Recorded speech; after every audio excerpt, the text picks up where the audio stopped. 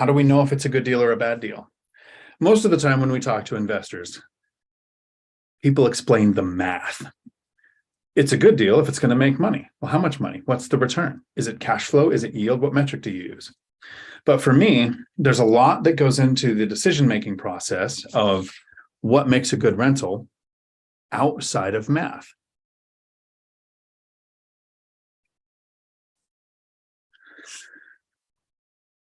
I did a video today that'll be coming out on Thursday with Matt, the Lumberjack Landlord, and Millennial Mike, where we talked about the math. So if you're looking for that, that's when that will come out. But for me, I can get a really good yield or cash flow on a property in a war zone. And go to Detroit, find a tax property, pay $1 for the property. Can I safely go there and collect the rents? Will tenants want to rent there? How much will my tenant turnover be? What is the possible outlook of population? Everyone's moving out of certain places and into others. So what I look at first when I'm buying a rental property is where. That's the first thing. Is this a good rental? Is where. If somebody comes to you and says, my friend invests in a market and he's getting a 20% cash on cash return, does that mean that you can do that? Do you have their resources, their knowledge of the area? So if you're like me, I invest locally where I live. I've lived there for decades, so I know the good and bad areas. If you're like Millennial Mike, he invests in a distance where he piggybacked on Matsky's systems, a trusted friend who had those systems in place. So where to make it a good or a bad rental was impacted by our skill set, our abilities, our bandwidth. So it isn't the market so much that says it's a good or a bad market. It's, will it be a good market for us? Do we have trusted boots on the ground? The next thing on, is this going to be a good rental or not, is what type of property is it? My brother has 10 paid off rentals. Most of them are mobile homes. For a lot of investors, they say, I don't want to own a mobile home because they don't appreciate it. Eventually they hit the end of the lifespan of the mobile home. And yes, mobile homes can appreciate differently depending on what current lending fear is. Sometimes lenders won't lend on a mobile home, and sometimes they'll lend on a mobile home and it'll cost as much as a stick-built house. So I looked at small single-family houses in my area when I first wanted to invest, and they don't cash flow, not in our area. So both of us house hacked small multifamily. I continued to invest in small multifamily. So I picked the asset type, the class that I was going to look at, which can be, for me, a house with an ADU, a duplex, triplex, or fourplex. I go 4 units or less because I want that fixed rate debt. So if you found a 10-unit apartment complex that can get you a great yield, for me, that might not be a good deal because you don't have fixed rate debt. You might have a loan reevaluation period, which is a deal breaker for me. So what type of property is it? Then I look at what's the size of my portfolio. If I have a large spread out portfolio hitting several different areas, I don't care if my properties are close together, a couple of them. But when my portfolio was really small and I had, 3 or 4 rentals, I didn't want them all on the same street. I wanted them spread out at least 10 miles apart, close to several different economic drivers. So what makes a rental good is that if something happens to a base or a port or a college in your area, if it closes down, you're going to have more tenants. So I like to invest where there are several economic drivers in the market that I'm in. And then I want to make sure that I diversify my tenant base. So if I'm around a base, I don't want all military tenants. If there's a prolonged government shutdown, your entire portfolio can be impacted. If the base closes down and you're investing around a base, it's probably going to be, you're going to have more to worry about than where do you get your next tenants from. I look at aspects of the property that make tenant turnover less likely to happen. Now, we actually made a short today where sometimes the best thing that can happen to you is tenant turnover. But I like to limit tenant turnover because I'm lazy. Yes, I'll make more money if a tenant moves out and I rehab the property and I put a new tenant in place. I'll get higher rents. But I don't want to displace somebody, and I don't want to go through the work of doing a rehab. I want to keep my place safe, clean, and functional, which for me is not doing an entire rehab. So I look for side-by-side small multifamily so I don't have tenants living above or below another. I look for places that have a washer dryer hookup inside each unit because tenants using shared laundry or a laundromat are just waiting for a place to open.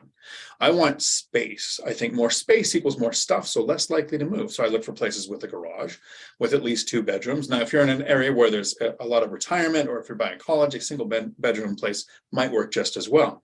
But I'm not in that kind of an area, so I want more space. More space equals more stuff, less likely to move. I want good parking. If somebody has to struggle with parking, again, like laundry, they're looking for someplace else to open up. Then I look at the age of the property. I have a property that's 100 years old. That's not the deal breaker. Most of my properties are from 1985 to 1995, so 30-ish years old. If the math was even close on that. But the one that's 100 years old, I looked at when was the plumbing updated, when was the electric updated, all of those kind of things. It's not like the foundation automatically just fails because it's an old property. But I want to know what kind of updates I'm going to have to do if I acquire the property. So the age is a factor if you include when the updates were done. Have you noticed in everything I've done so far, I haven't talked about math. The yield is a factor once you've gone through all of these other things.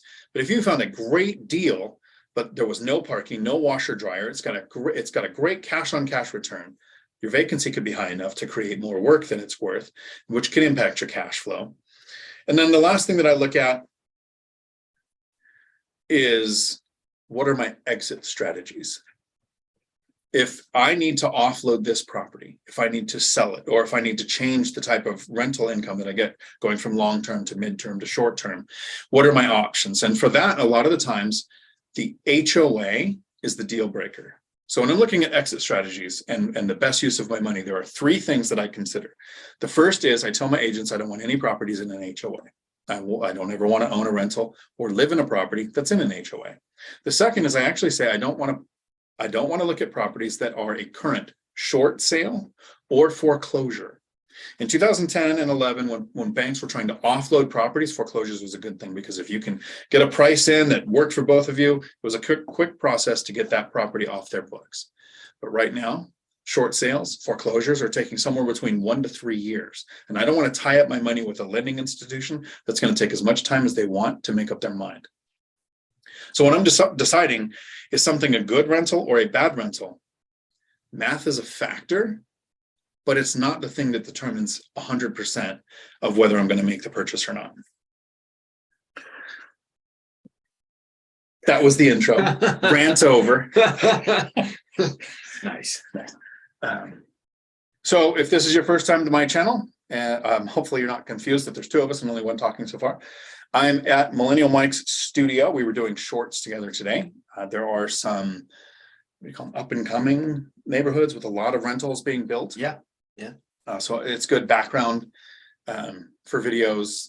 I really like the idea of seeing a lot of builds going on where a lot of investors will usually say, and friends that know I'm an investor will say, aren't you concerned? There's a whole bunch of new rentals popping up. Don't you think your rents will crash because now there's more supply? What do you think is going to happen? Well, I mean, if there was an actual boost in the supply to a degree where it could potentially affect prices, that would have to be an astronomical boost in supply. If you even go look at the Great Recession historically, and you take a look at what rents did during the Great Recession, there was, and we did a video on this morning with Matt, there was a 2-year period where rents actually declined, but that was during the greatest bump in supply to the market that we've ever seen. I mean, we're having 350,000 foreclosures a month. Whereas this last year, we had 350,000 foreclosures for the entire year. So the supply would have to just be astronomical. Second, you have to look at historical building. I know I got a graph somewhere that shows in an average decade, we build about 20 million houses in a decade nationally. Between 2010 and 2020, we only built about 5 million. So when people make the argument that individual builders are overbuilding and that's going to have so much supply, it's going to crash the rental rate market and the housing price market, I don't think there's enough evidence for that yet. We're nowhere near where we need to be to have adequate supply just to house what we currently have, much less have a surplus to crash the market. Most investors, when we talk about new rentals coming in, or most people who are talking to an investor that might not even own a rental, they usually go to supply and demand. We think it would take a massive growth in supply to actually impact the rates. What I see is the cost of a new build. People aren't building entry-level homes and entry-level rentals. The place that we were at today is $800,000 to $1 million single-family homes that, as a rental, aren't going to cash flow for 10 to 20 years, right? If those properties are built, and the other division across the street was actually townhome style, so basically duplexes, but they were selling each side as a unit. If somebody builds those and goes to rent them, the amount that they're going to have to charge for rent is going to bring the area average rent up. It's going to make Section 8 pay higher for that area. And tenants don't look at the age of a building. as often as an owner does. Owners think in square footage, age of building, curb appeal, something you'll hear a realtor say, but not a tenant. A tenant is thinking, is there room for the entire family? And that's based on bedroom count. Is there parking for us? Is there washer dryer? What school district is it in? And it isn't like we think, like it has to be a good school district. They would just want to know that it's actually in the district that their kids are currently in. So when you see new build in your area or in the areas like we were in today, I see dollar signs. Those builders are usually actively trying to make it so that those units can't be turned into rentals. They're almost always exclusively put together with an HOA. The HOA will have outlined in the agreement you cannot turn it into a rental property. At most, they'll allow for like 10% of the new build units to become rental properties.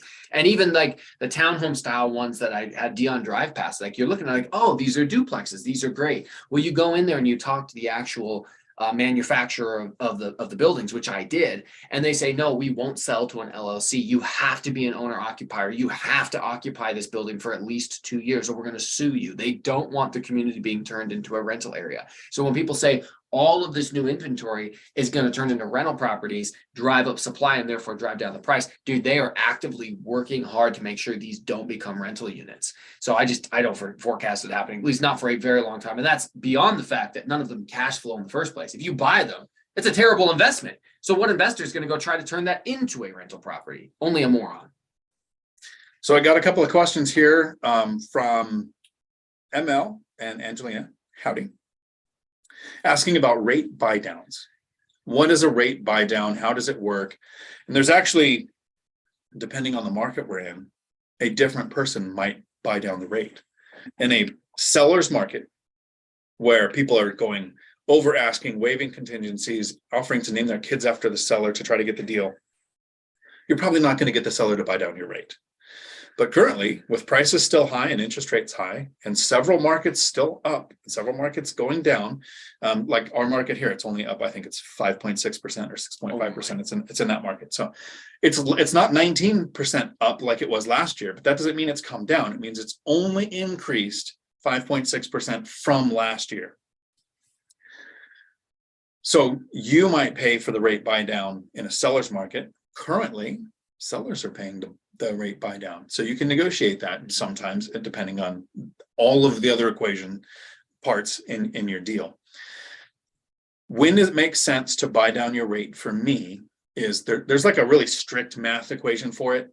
The cost of buying it down versus how many months it's going to take to recoup that cost is what a lot of people will say. You can run the math on this. Matt would be able to rattle it off the lumberjack landlord in his head on exactly how you would do it.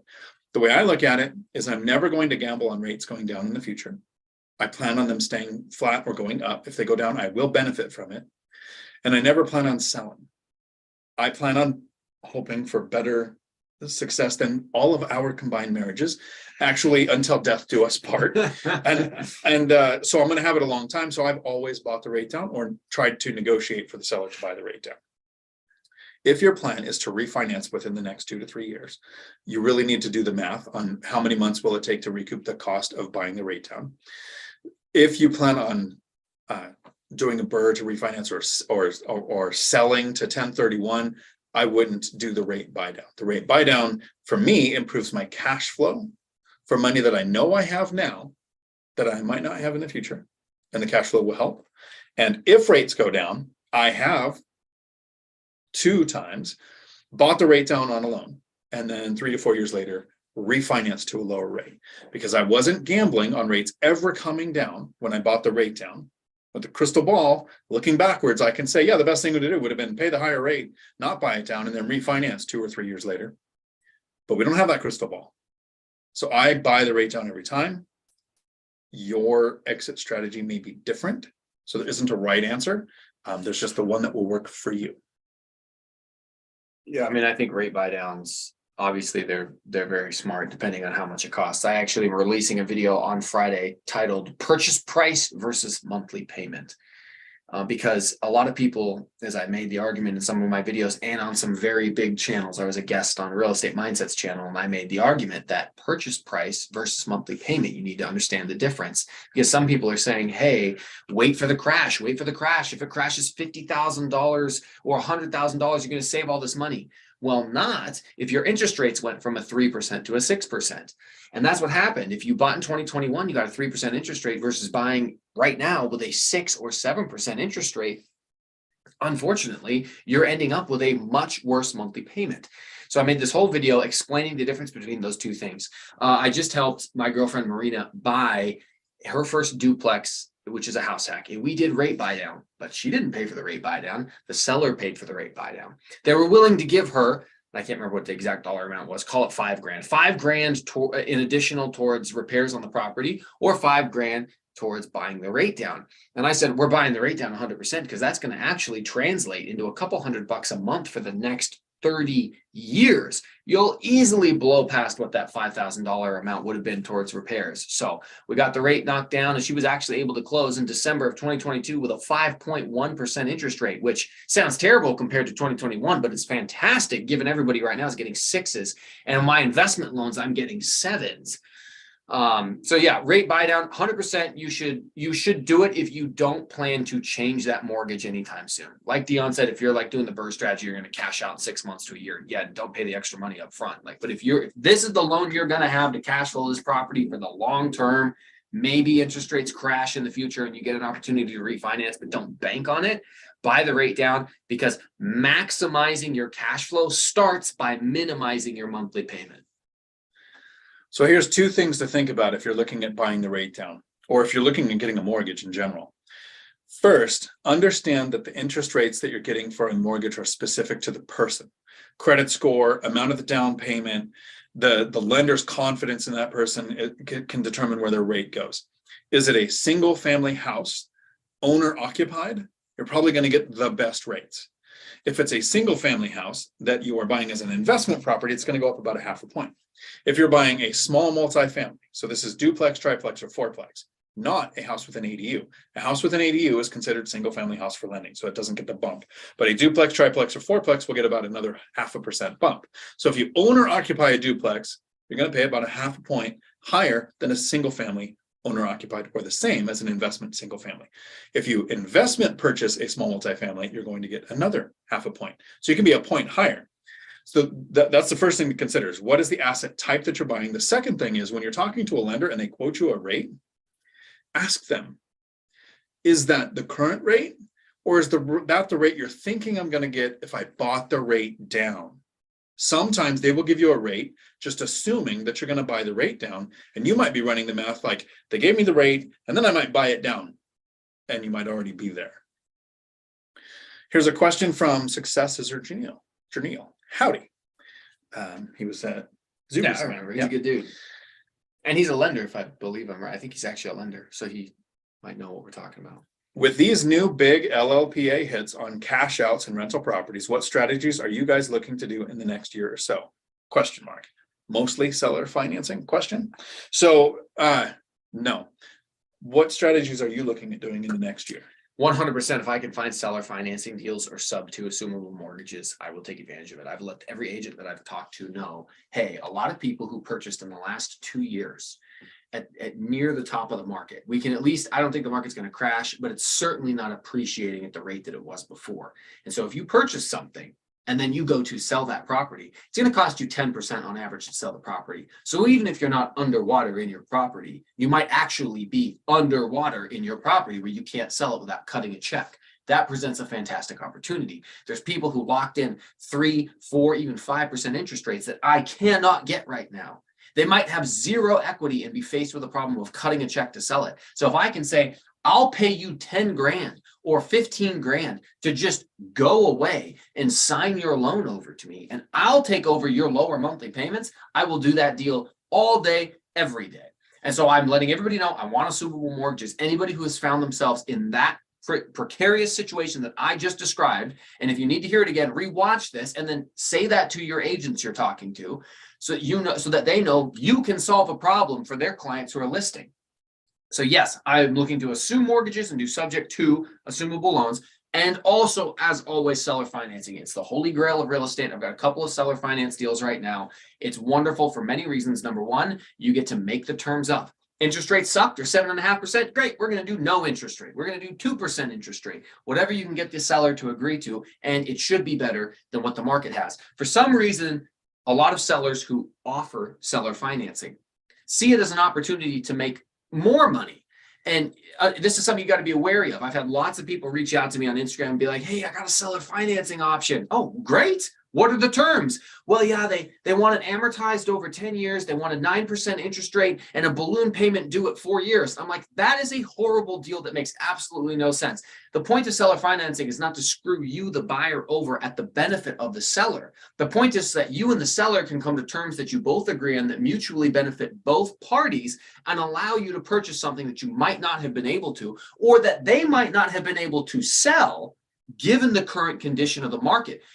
If they want to sell their property for top dollar, but interest rates are 7%, well, they're going to have to come down. Or you can buy it for top dollar, but let's get a better and more fair interest rate. So seller financing, 100%. Subject to, 100%. Would I still do a regular, traditional, conventional loan with 20% down and whatever my lender offers me? Possibly. But it's really hard right now to make those payments work, because even with as fast as rent appreciated, interest rates appreciated even faster. And so the rent's ability to pay for the new loan and still provide cash flow and cash on cash return hasn't caught up yet, which is another reason why I think rents are still going to be driven further up, because I don't think that we're going to end up with cheaper monthly payments.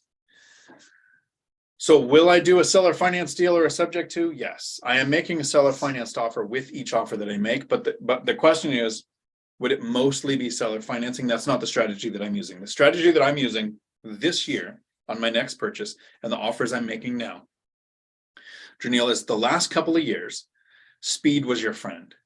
So, people were selling because prices were going up and they probably didn't believe their agent on how much they were going to get.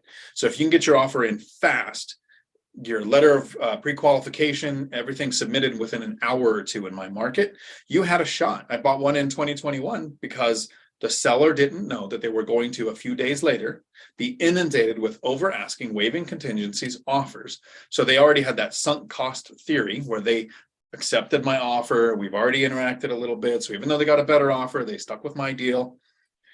So I closed on the deal. Speed was our friend. That shifted when we went away from a seller's market to this not even quite balanced market yet. We're not in a buyer's market. We're not even balanced. We're still on the seller's side. But offers aren't coming in as fast. So my strategy now is shifting from speed to watching days on market. If it hits 3 or 4 times what was normal, and in my area, that was a couple days. So if it hits 10 days on the market, I start watching it. If it's over a month, I start making offers where I almost completely ignore the list price. I know what it was, but I'm making an offer at the price that makes sense to me. And I just offer best and final. I don't care what they negotiate at. During my members only live stream a week or 2 ago, we saw this one. A duplex for $475 in our area. It made sense at $400. It would make sense at $400 with a loan or all cash, either way. So I made an all cash offer at $400. They countered at $450. I said $400. Then they came back at $425 and I said $400. And right now it's in limbo. Who knows what's going to happen? But it sat for, I want to say, close to 2 months for me to make that offer at $75,000 lower than their asking price, because their asking price isn't what I was looking at. I know the rents in this area.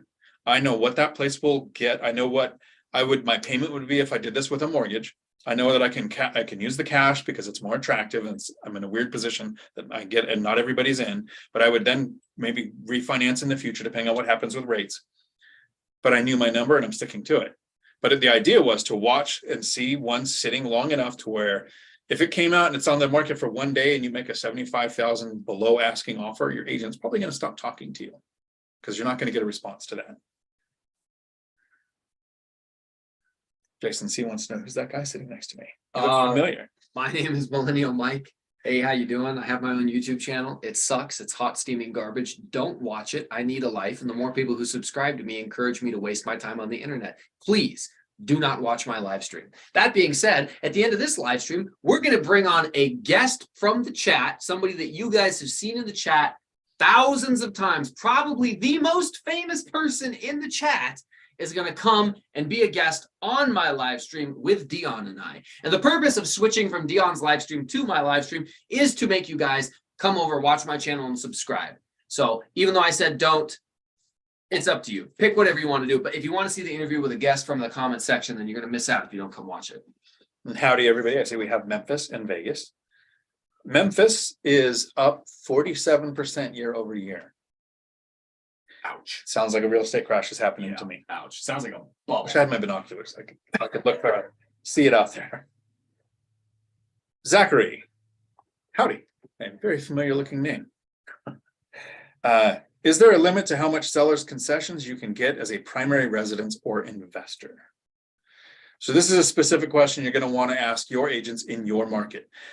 Lenders have, if it's Fannie and Freddie backed, there's limits on how much the rate buy down can happen. Product changes. If you talk to the same lender this week and next week, you're going to get totally different answers. Seller concessions on repairs being done, there's no real limit. It comes down to what you can negotiate. What they can bring to the closing table, each state might have different requirements on what that limitation is. So I wish there was a blanket, hey, here's the answer. But it's really like almost all of real estate, it's very local.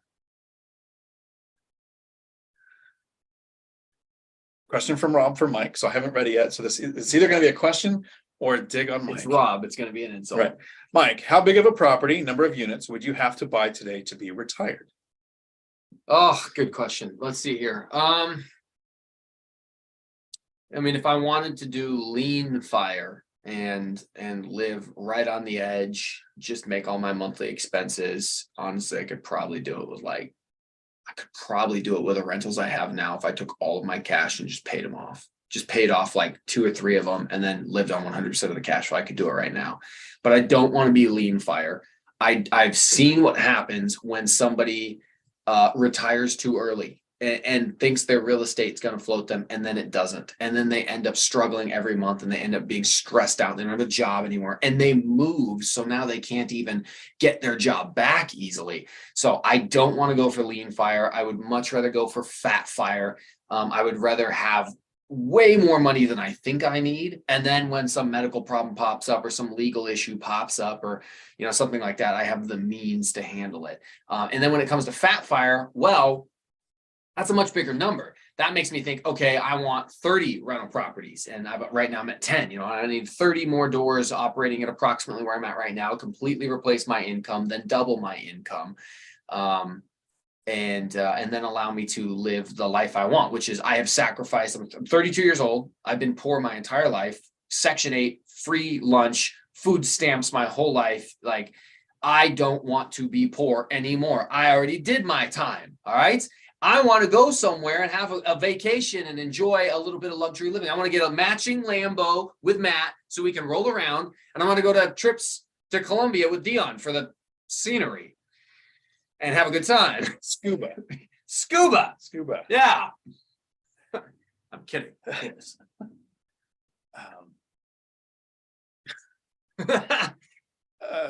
Who's Glover says your son wants his shirt back. I'm wearing, this is a large shirt.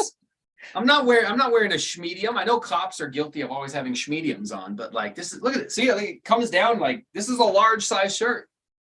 I'm just very insecure about that right now, clearly. Obviously, Michelle makes a really good point talking about insecurity, about marriage. We make some points about marriage, but this bromance of ours is going really well. Yeah, I would. So I don't know if I get married to a woman, but I would marry Dion for the tax benefits. For the tax benefits. I would. Really look at the one rental at a time rules, that number 7, audit your network. I have friends that I have had for decades and I really like them, but I cannot talk finances with them. My brother tells me I'm an idiot for having mortgages on my rental. So even other investors sometimes don't get it. Calls me an idiot for a lot of things, but that's one of them. You need to get around people who think and talk the way that you do when it comes to this. So it's almost like you don't need an interpreter when you're with the right people. You can talk things like cash flow, deal flow, same opinions on marriage.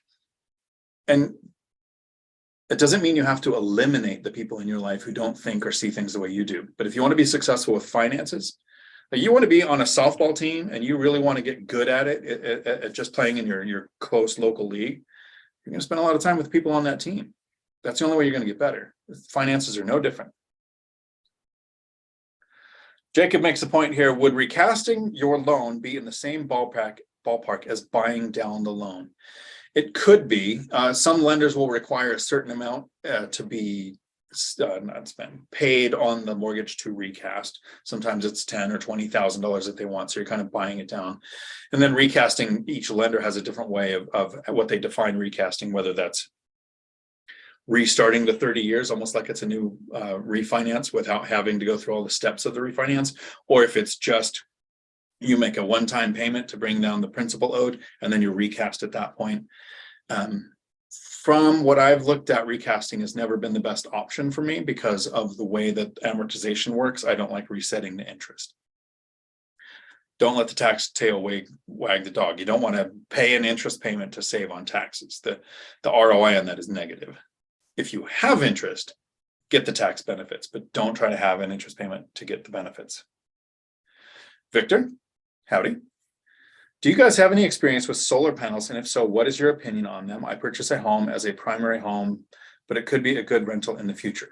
Do you have any opinions on solar? I mean, everybody always says, hey, we're in Seattle. How could solar panels possibly work here? It rains 9 months of the year, yet they install them in houses all over the place. The tenant we just placed in Marina's duplex is a solar panel installers, but I have no idea anything about them. I know a lot of states offer huge rebates if you install them, but I couldn't tell you. Most of the people that I know that work in the construction industry say to not do it because it basically destroys your roof. And that makes sense, actually. You have to look. It's actually a deal breaker for Zuber on his ADU. One of the things is they said we require solar panels on this ADU build, which would have added $16,000 to his expense. And yes, there's probably rebate systems. There's probably ways to benefit from it. I haven't done it. Partly because I do live in Washington, and like Mike said, people will say it just doesn't work here because there's never enough sun, but that's not true. There is probably enough sun to make it work. I don't want to leave the planet better for my kids, because what did they ever do for me? Jetmir, howdy. What would you do if you have a fourplex in Newark, New Jersey, free and clear? So you have a free and clear fourplex in New Jersey. Right. What would you do? Okay, so I mean, this question could be interpreted so many different ways that it's ridiculous. Like, okay, you have a brand new free and clear fourplex. Do you not want to manage it? Do you not live there? Are you looking to take that money and invest it somewhere else? Like, we need a little bit more context for that question. If somebody said you now own a brand new free and clear fourplex in New Jersey, I'd say, oh, great. Wonderful. Perfect. Let me call the property manager and see what type of cash flow we're getting on it. Then maybe from there, I might say, all right, I might put some debt on this thing to take some of the equity out and reinvest it in another area. Maybe I decide New Jersey has really awful landlord tenant law. So I just 1031 exchange to get the flip out of it and buy in an area that I'm more familiar with. Maybe I just ride out the cash flow because I'm imagining New Jersey, it's probably rented for $2,500 a side times 4. It's like $10,000 a month you might be bringing in. So we need a little more context as to what your goal is to properly answer that question, I think. So in 2021, I was getting to know Matt, the lumberjack landlord, and Michael Zuber. We had been interacting a little over a year. And I actually kind of built this entire channel just so I can trick investors like that to doing a deep delve into my whole portfolio and giving me advice. It's the whole purpose of this. But I did a video with them where I said, look, I was at that point, without knowing it, I was 6 months from retiring, but I was thinking about retiring. And I said, I have 7 properties. 1 is paid off. The rest have mortgages. I'm about, at the time, I think I was like 40%, maybe 45% loan to value on the entire portfolio, and asked, what would you do? Both of them have used the strategy of recycling capital, which you have too. Mm-hmm. To grow the portfolio, where unit count will be astronomically better than the way I invest. So putting that money to work was the goal for Matt and Mike. They said, you have a paid off house, you should do at least a 50% loan to value. Interest rates were 3 or lower, maybe. Take the money out and have it as dry powder for a deal that could come up. If I did that, I'd probably still be working, because I invested for cash flow and I recycled cash flow. I've never done a home equity line of credit, never done a cash out refinance. never recasted a loan. I've never sold to 1031. I want to save a down payment, buy a rental property, and then own it over time, leaving the money in there, letting it grow with appreciation, principal pay down, and rent increases to give me financial freedom, which is what it did. My portfolio is small enough to where one paid off property gives me a little bit more comfort. It's not my primary residence. I don't care about having a primary house paid off. To me, it's not something I'm more likely to keep than a rental. I'm actually still house hacking in one unit of the fourplex anyway. It's the single family house that I own that's paid off. But I do like having that higher equity position as I went into retirement and the improved cash flow, because when you do something like recycle capital, you reduce the cash flow for a while. Right? In 5 or 10 years, your cash flow starts to look like Zuber's and Matt's, which is multiples of mine. So more units and more cash flow over a longer period of time. But I'm not looking for that. I'm actually not investing for generational wealth. It's one of the things I don't do. I won't live frugally, right, in retirement. And I'm not investing for generational wealth. My kids will inherit millions as a byproduct of me investing for financial freedom, which came with less units, more equity, thicker margins. So if I had a property that was paid off in New Jersey, what's your timeline? You're looking to retire in a year, or 5 years, or 10 years? Are you looking to grow units? There's, like Mike said, there's a bunch of elements there that we don't know what to do, but I have a paid off property and the rest I have mortgages on. So what does the rest of your portfolio look like?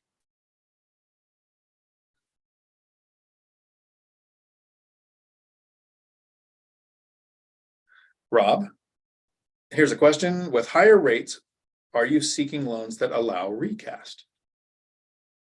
No. No, because as I mentioned earlier, I'm not even right now trying to find a conventional finance option. The two that I did 2 burst strategy projects last year, and both of those I got a 7.1% interest rate. My lender allows for 1 free refinance between now and 2024, no cost to me at all. If rates improve, I get a free refinance where we could reset it, boom, get a lower interest rate. And so I was like, all right, well, that's good enough for me. But ultimately, I'm not even looking for loans right now. I think that it's more important that you do the work to learn about seller financing and creative financing. I have been watching Pace Morby a little bit more lately. I know Matt really likes him, but he says over and over again, and I agree with him, that you need to understand creative financing and seller financing, because if you don't, you're going to get left behind. The opportunity is going to be for the people who understand, just like everything that we're doing in life.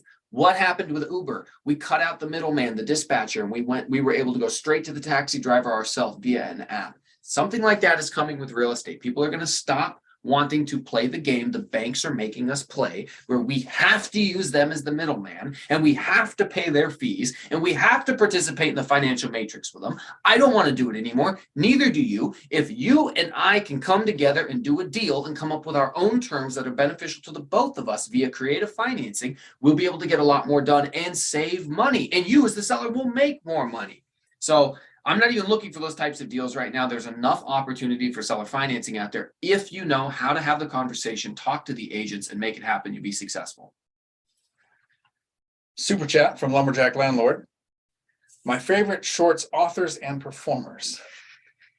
And no to solar, it's awful. So chiming in. If Matt says it's awful, it's probably awful. And I think that, I don't know what his reasons were because it was just a super chat. Maybe we can ask him that next time we talk to him. But yeah, the implication of what it would do to your roof in a wet climate, I can't imagine that it doesn't void a warranty. Because, you know, these manufacturers are going to say it has to be installed to our specifications. If you come and set something on top of it and then drill in through those shingles into the roof, or fix it however you do it, maybe Hyder can talk about that, how it would be affixed, but it's going to void a warranty. I mean, yeah, there is a solar panel installationist out there that has a sales pitch. Yeah. To counteract everything we're saying. You're right. But they're selling it. Right. So, super chat from Tony. Howdy, Tony. Before I get to the super chat, the next Tacoma FI meetup, can we do it at the Rose Cafe? Can you set that up? We were talking about that today. Easier parking, easier access, quieter. I got a 17-year-old kid who wants to come to one of these FI meetups of ours too, and I can't invite him to a bar for obvious reasons. Just not going to work. Right. And we have Zeus that comes to a few of them every now and then too, and That's a factor. He might be 21 now, though. It's been coming for a while. Yeah. Donation to help Mike buy a new shirt so he doesn't have to wear his son's clothes. Haters. I That's want, hey Rob, what I want from you, don't send me $10. Mail me one of those shirts that you made. Those King of Gary shirts. Those were cool. Those were hilarious. I liked quite a few of them. Rob does a super chat here. Howdy, Rob. Funds for Mike to build a safe space in studio because he thinks you need a safe space. I'm insecure and it's showing. Or beer, same effect. I would have to drink the beer for you. I'm sorry. Yeah. Here's a question from Aaron. Howdy, Aaron. Hope you're having a good night. What's both of your thoughts on purchasing 5+ units to force appreciation in one way or another, with the main exit strategy of refinancing for cash out and still cash flowing? So, Aaron, I've seen you on here before. Are you familiar with Cody and Christian multifamily strategies? That's their main, I won't say main, but it's one of the main strategies that they incorporate. They primarily focus on building relationships with owners who eventually might sell and learning from them. So they're not approaching them with, hey, sell me your properties. But Cody is like Matt when it comes to math, and he can rattle off numbers on, if we have this impact on our net operating income, here's how many hundreds of thousands of dollars in value we just created. It's a solid strategy. It seems to be working great for Cody and Christian and Chuck and Caleb and other people that are using that strategy. It's not one that I've done. I'm all 4 units or less because I like fixed rate debt. So net operating income really doesn't impact it as much as what comps do. My properties are worth what the comparable units in the area are for. So I'm not saying it's a bad thing. I'm saying if there was a way to do it with fixed rate debt, I have offers in on 8plexes because Convoy Home Mortgages offers fixed rate 30 or 40-year debt on up to 8 units. So then I've gone up to there. There was another loan product that might go more, but I don't want 2 things. I don't want adjustable rate, and I don't want a loan reevaluation period.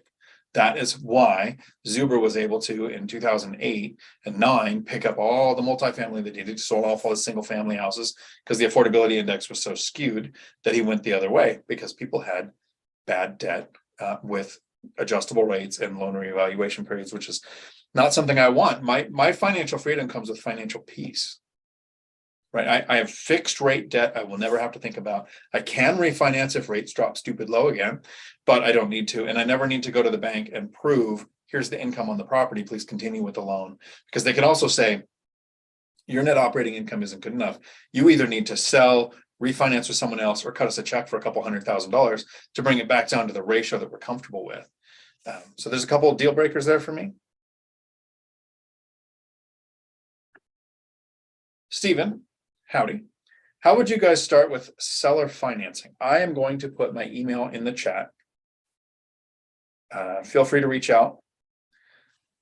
I don't have a template. Like I don't have, hey, this is what I send to sellers to do seller financing. I have a basic email written out with most of the benefits to the seller and most of the benefits to me. You also want to point out what the benefits to you are, because if you don't point out a benefit to the buyer, they're going to smell scam. But if you say, I don't want to have to qualify with an appraisal. Skip the things that are going to be, could be a barrier to you. Point out the benefits to you and all of the benefits to the seller. But then this thing that I'll send you when you email me, and I'll send it to you, is tailorable. Right? My agent submits this in email form with my DocuSigned conventional loan offer, saying if you're open to it, because if you find it on the MLS and it says seller financing is an option, you have an educated seller who probably has, like Mike thought, bad terms, balloon payment, high interest rate. If you find that seller that has never heard of seller financing, probably has an agent who's going to say this is illegal. The reason people try to do seller financing is to cut the agents out so that nobody has to pay the agent fee. So one of the first things that I want to do is make sure that the listing agent knows my goal is to get them paid. Because if they don't feel like they're going to get paid, why would they present your deal to the seller? Or if they do present it, they can present it with a whole bunch of negatives. So make sure that your offer includes information the listing agent needs, and then the benefits to the seller. Things like they don't have a one-time large capital gains hit because they're selling the property and getting all the money at once. They don't have to worry about getting consistent payments with that money. They don't have to invest it. They're going to get consistent payments from the property. But toilets, tenants, and termites become your problem, not theirs. You would rather pay interest to them than the bank. that they own a financial instrument. That note is something they could sell if they ever do want to get all the money all at once. All of that pointed out in that letter that I submit with the offer. Sierra, just seen her join in. A great interview with Marco Shiro the other day, and also congratulations on your first rental property. I saw you with a picture with the golden Zuber card, so well done. But to answer that seller financing question, you are going to get told no 99 times and then told yes once.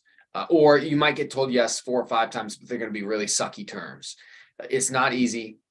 Not everybody wants to do it. Not everybody's at a stage where they can do it. You need to understand that, like, when someone has just fixed up a rental property and they're looking to now flip that rental property, this is not the person who wants to do seller financing. They need all their money back. They got to pay all their debt off. So you have to understand enough about it to recognize that there's just some people who it's not going to work with. It works best with people who have grown accustomed to cash flow. They're an investor. They've been investing for a long time. They like cash flow. They like the monthly drip, but they're tired of being a landlord. So, and they own their properties outright.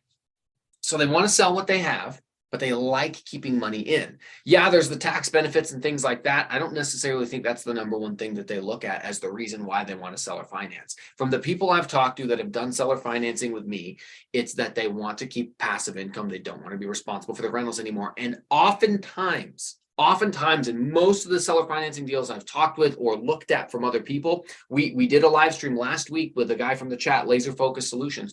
What's happening? The seller has decided, I've owned these properties for 30 years. There's a bunch of deferred maintenance. I want to sell them for top dollar. They're not going to get top dollar, because anybody who comes in and looks at it and goes, this would only be worth $2 million if it was fully maintained, but there's so much deferred maintenance on it, it's only worth $1 million. And the seller's saying, well, but I still want $2 million. Okay, I can pay you $2 million, but we have to seller finance it at terms that work for me. I highly recommend, if you're interested in seller financing, watch the live stream we did last week with Laser Focus Solutions, because I showed in that one how you can take the numbers and back out of it.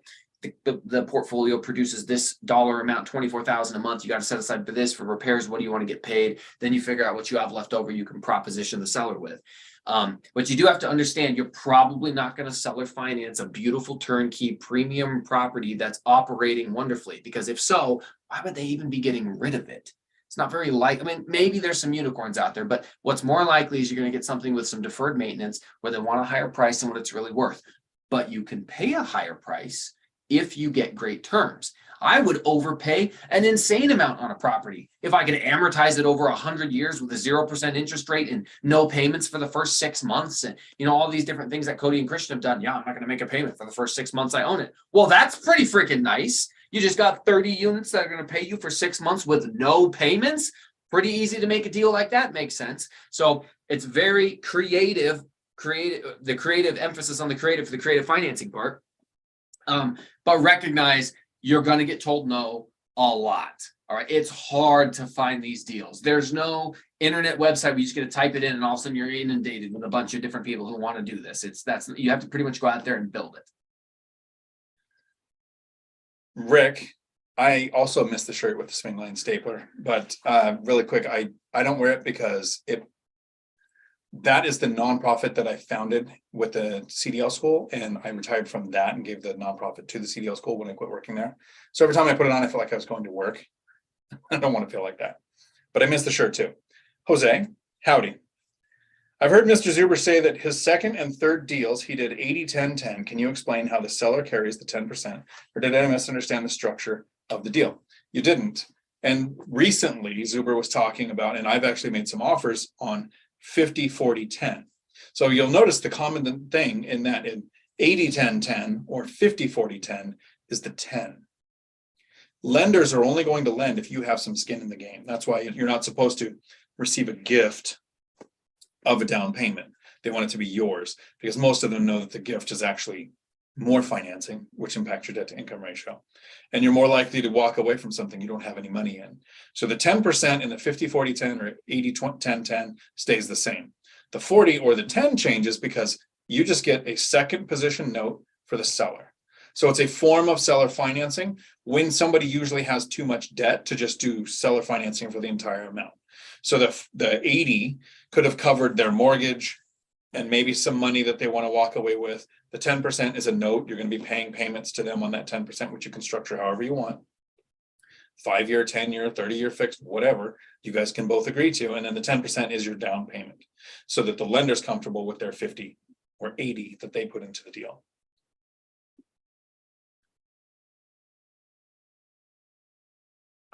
For everybody who's here, we really appreciate it. I'm seeing 116 concurrent viewers. Hit the like button if you haven't, guys. But seriously, thanks for everybody who's here. There's a ton of people here right now.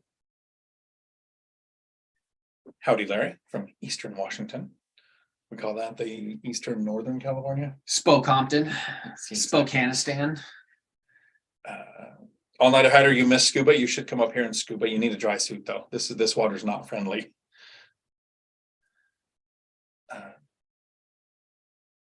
Thanks for the invite to the Zoom, Mike.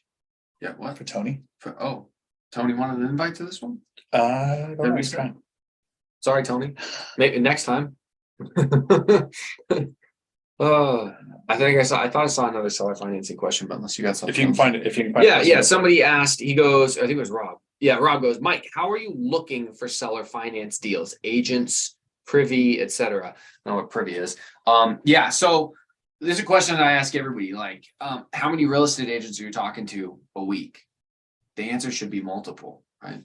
Now, Dion has a different strategy. He uses the same guys. He buys the stuff off the MLS. But if you want to find off-market deals, if you want to find creative finance deals, you have to talk to a ton of people. So what I do, I go on realtor.com and I look at my market every single day, just like Zuber talks about, just like Dion does. I look every single day. And as soon as I see a listing that I like, I call that listing agent on realtor.com. You scroll down at the bottom and it'll say listing presented by. I call that listing agent specifically.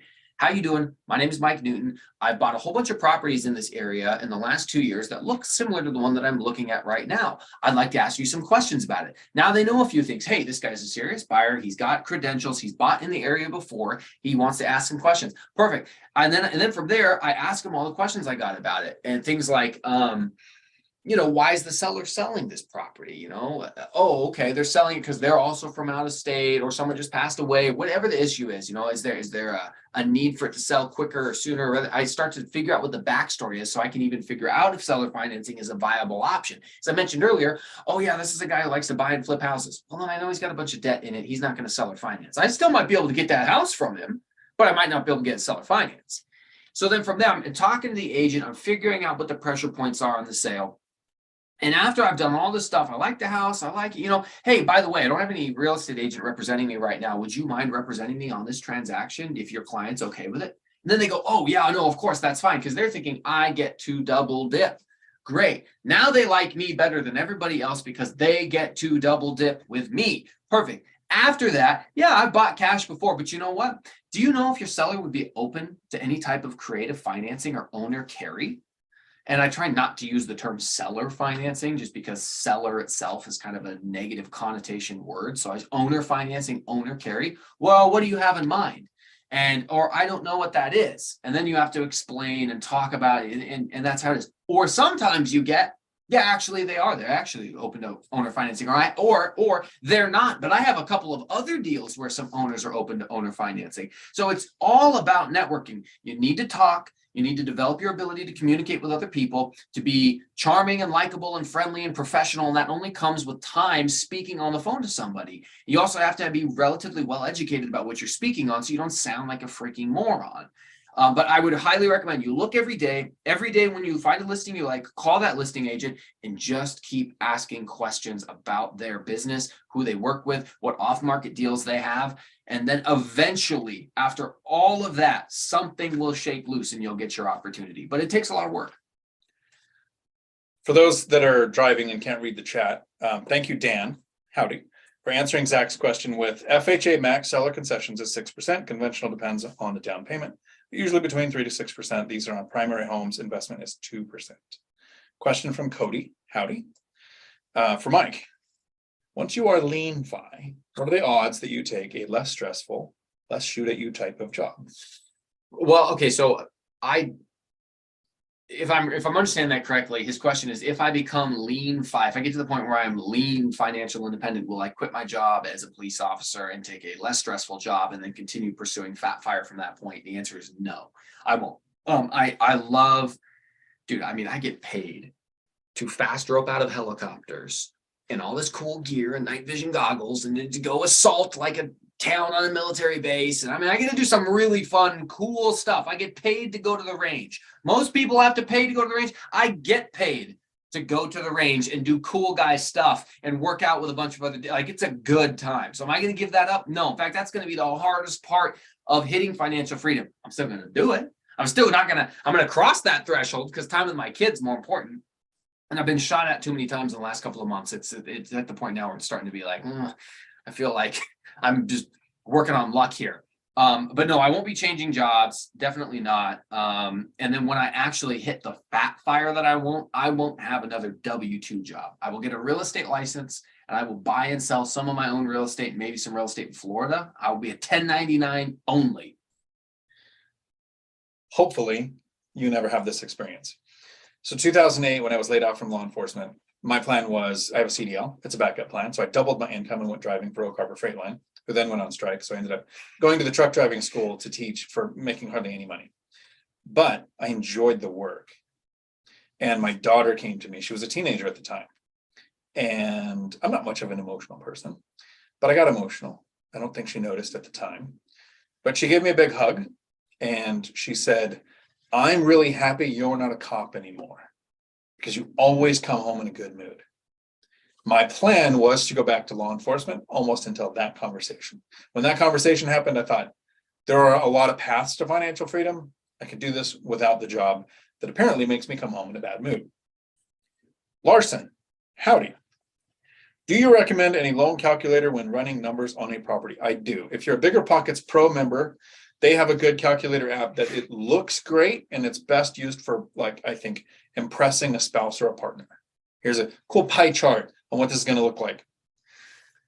For somebody who just wants quick and dirty numbers and it's sitting in the car, you don't have your computer, I like the CDS, like Charles David Sam, CDS, rental calculator app. There's a YouTube channel called Chandler David Smith. He made the app. It's very useful. Gives me exactly what I'm looking for, and it gives me all the inputs that I need to see what I want. So CDS rental calculator app. And then I see a super chat popped up. So I'm going to go back up. From Lauren. Lauren, howdy. Hopefully you're having a very boring evening. Hopefully not working. Millennium Mike. That's the most brilliant strategy next to Dion's binder strategy. Thank you for that gem of advice. That's awesome. I'm gonna have to do the seller finance strategy. Exactly. But the binder strategy sounds so much better. But maybe it'll get me on BiggerPockets. The seller finance. I just need to land a few more seller finance deals first. I only got 2. Need to get a couple more. Build that credibility up a little bit more. But it does work. I'm telling you guys, it works. Right now, I've actually had another like 2 or 3 seller finance offers accepted. But then during the inspection period, I just had to back out of the deals. I was like, there's just too much deferred maintenance. Again, people love to seller finance, but a lot of them have deferred maintenance. And so you have to be very careful. You need to have an inspection contingency with those properties. If you're going to pay top dollar for them, don't overpay for something that's going to be needing too much in repairs. So, and you can't negotiate. This is the art of the deal 101. You can't negotiate from a position of power unless you're willing to walk away 100%. So don't become so emotionally involved with a girl that you're not willing to break up. With a deal that you're not willing to walk away from it. My bad, Dion. He who has the walk away power has the power. Michelle, howdy, makes a great point here. Had a sales pitch for solar, and yes, they say the roof actually lasts longer since they're covered. But then a contractor points out when you replace the roof, it costs more because there's more work, which totally makes sense. Ninja Vanish, howdy. How often do I check my email? If you have emailed me and I didn't answer you within 24 hours, send it again. I can miss it because sometimes I get a lot of spam and it makes it through. So if I didn't respond within a day, I've usually missed it. So just send it again. Or we could all peer pressure for Dion to finally start using Instagram because email is archaic and old. Use Instagram And for any of you guys out there, this is actually something that I talk about. I talk about virtual networking all the time. I have found and bought deals. I did a burst strategy video on my best deal I've ever done. The best cash on cash return was a deal that was brought to me from somebody who follows me on Instagram, who has no pictures on his profile, whose name I can't even pronounce, but his Instagram handle was just REI Investor, some generic REI. Messaged me for like 8 months back and forth, asking me random questions. And I always respond, even though like I answer the same question all the time. Then one day he goes, oh, hey, did you see this deal in this Facebook group? I'm like, no, I didn't. And I look at it and it's amazing. So I buy the deal, best deal I've ever done. If you want to hear the numbers on it, watch the video. But you need to have Instagram. This is another way that you network, okay? And it's everything in life's about who you know, so you need to know as many people as you can. And people nowadays, especially young people, they don't connect via email because nobody wants spam. You want to be able to look at a person and research them ahead of time. So when you go to my Instagram, you can see pictures of me. I've done some deals, like highlights, like with my numbers and stuff. You can see that the last several years I've been talking about real estate. When you message that Instagram profile, you know that is Mike Newton, the actual Mike Newton. So peer pressure this guy, because guess what? You got lost in his spam folder on email, but you wouldn't have got lost in his DMs. So guys, tell Dion to get a freaking Instagram. Apparently you haven't seen how many DMs there are on my Instagram. That's why I don't open it. Okay, well, it's around 1,300. I haven't looked at. Dion, you need to delete those ones. All right, just when you have Instagram for years, you don't use it, then maybe it'll pile up. But I'm telling you, Instagram's what people use. Root words. Sorry, hopefully we got your question in time. It says, is this sub-2 knowledge or just creative financing? And it's a little bit of everything. All of my deals are traditional lending from the MLS with conventional loans.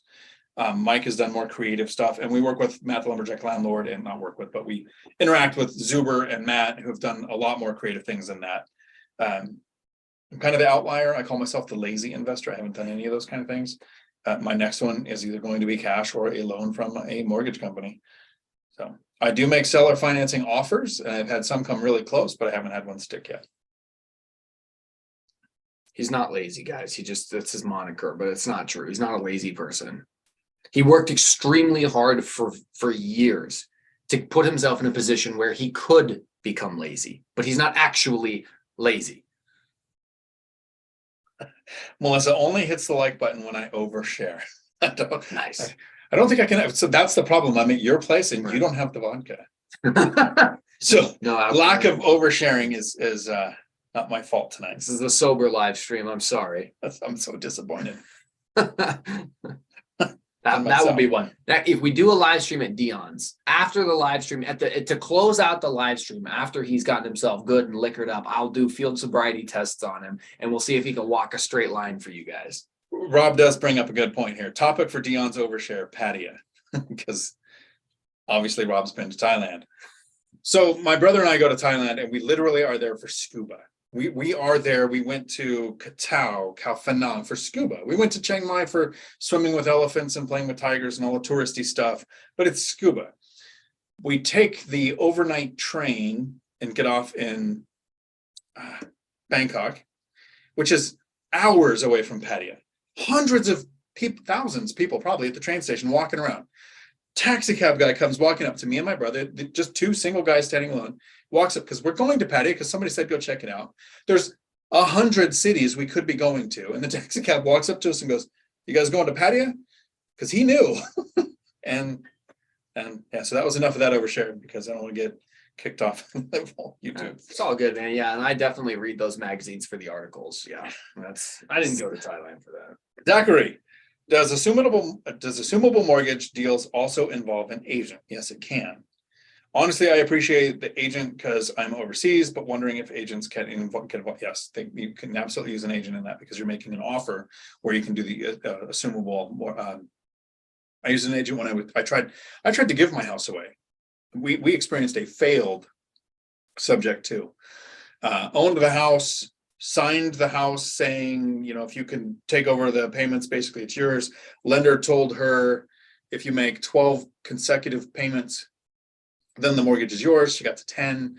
Something changed in her world and she no longer qualified. So the lender said no. Then she inherited a house and asked me if she could just become a renter for a while. She became a tenant. But there was an agent involved in setting that deal up. Go ahead. Oh, I was gonna say, it's actually probably better to try to involve an agent for these assumable loans, because back on my seller financing thing, if you are talking to one or even two or three real estate agents, those agents might have at any time one or two listings and helping a couple of buyers. If you're talking to 4 or 5 new agents a week, and you're talking to 30 different agents a month, and you're talking to 150 agents over the course of a year, all of those agents are working with at least 2 or 3 people. So there's going to be some client out there who has the unique situation that would lead them to need to work with someone who could do an assumable mortgage or subject to. But if you limit yourself to one agent, bro, it's going to be almost impossible to find seller financing, creative financing, subject to. You need to talk to more people, because that's how you're going to get access to this spider web network out of all of these other people who have unique situations that are going to call for a unique problem. And then you get to be the guy who comes in with a solution, or girl. Got you, Michelle Meyer. I got you. No problem. Rich. Wow, Dion, get it together. Thanks, Mike. Guess I have to get with the program as well. Yeah, dude, get on Instagram, bro. Exactly. I put a comment in there. When we get to that comment, we're going to head over to Mike's channel. I don't even know if we should. You got 118 concurrent viewers. We should just keep it on your channel and have the guest here. Like, why? Look, we're going to lose half of them by switching over. We don't need to do that to these people. Okay. All right. We'll invite him onto this one. I got his email whenever we're ready. Okay. Special guest that's joining us from the chat. When we get to that comment, we will and do some awesome camera when we're typing on the computer right up at the thing there. Okay. Just so you guys know, if anybody wants to join Dion and I on one of these live streams, that opportunity is open to you. Aaron Broderson asked a question down here and he goes, what's the best way to reach out to each of you personally? For me, it's Instagram, Millennial Mike. Just type it into Instagram. You'll see me pop up. For Dion, I guess it's email. But if you want to be in this discussion with us, the last 3 live streams we've done, we've brought somebody on to come have a chat with us. So if you want to talk for 20, 30 minutes live in front of other people, share your experience, ask us some questions, reach out to me and we'll get that set up so you can be our next guest. Julie, howdy, and thank you. I gave a car salesman your channels today. He was waiting for the crash. Early in this video today, I talked about one of the reasons why I hang out with Mike is that you got to be around people who understand what you're focused on. I'm focused on finance, real estate, financial freedom, making life better for everyone we interact with. So I have people in my life that I can't talk finances with. One of them is still waiting for the crash, and it could be any crash, waiting for the crash in prices, waiting for the crash in interest rates, because that's what's going to happen. That's very frustrating. But we are not in the convincing business. We are not going to find somebody who thinks there's a crash coming, who, like all of us, is hoping for a crash to come and is waiting for one. We're not going to change their mind. But that person that's looking for the knowledge of how do I invest, and what's happening in the market doesn't tell me when to invest. The 2 things everybody watching should know, the 2 things that tell you when you should invest have nothing to do with the market. So I have an opinion about not the crash bros, but the people who are hoping for a crash. Okay, I feel for these people. I really, truly do. They're not dumb. They're not naive. They're not begging for something that shouldn't happen. So like anyone, we're smart enough to at least do a little bit of research, right? So, okay, stock market goes up and down. Shoot, stock market's crashed like 3 or 4 times just in my life. I'm only 30 years old. So they think, okay, what goes up must come down. Real estate market crashed in 07, 08. It was in a bubble back then. Looks like it could be in a bubble now. It'll probably crash again. Well, I'll just wait, right? That sounds like it's common sense, okay? What you need to do is you need to do a little more research and understand that real estate moves much slower than the stock market does. The stock market could crash 2 or 3 times or more in between a real estate cycle. So if you wait from one crash to the next, you might end up wasting 25, 30, 35 years of your life. That's your entire working adult life right there.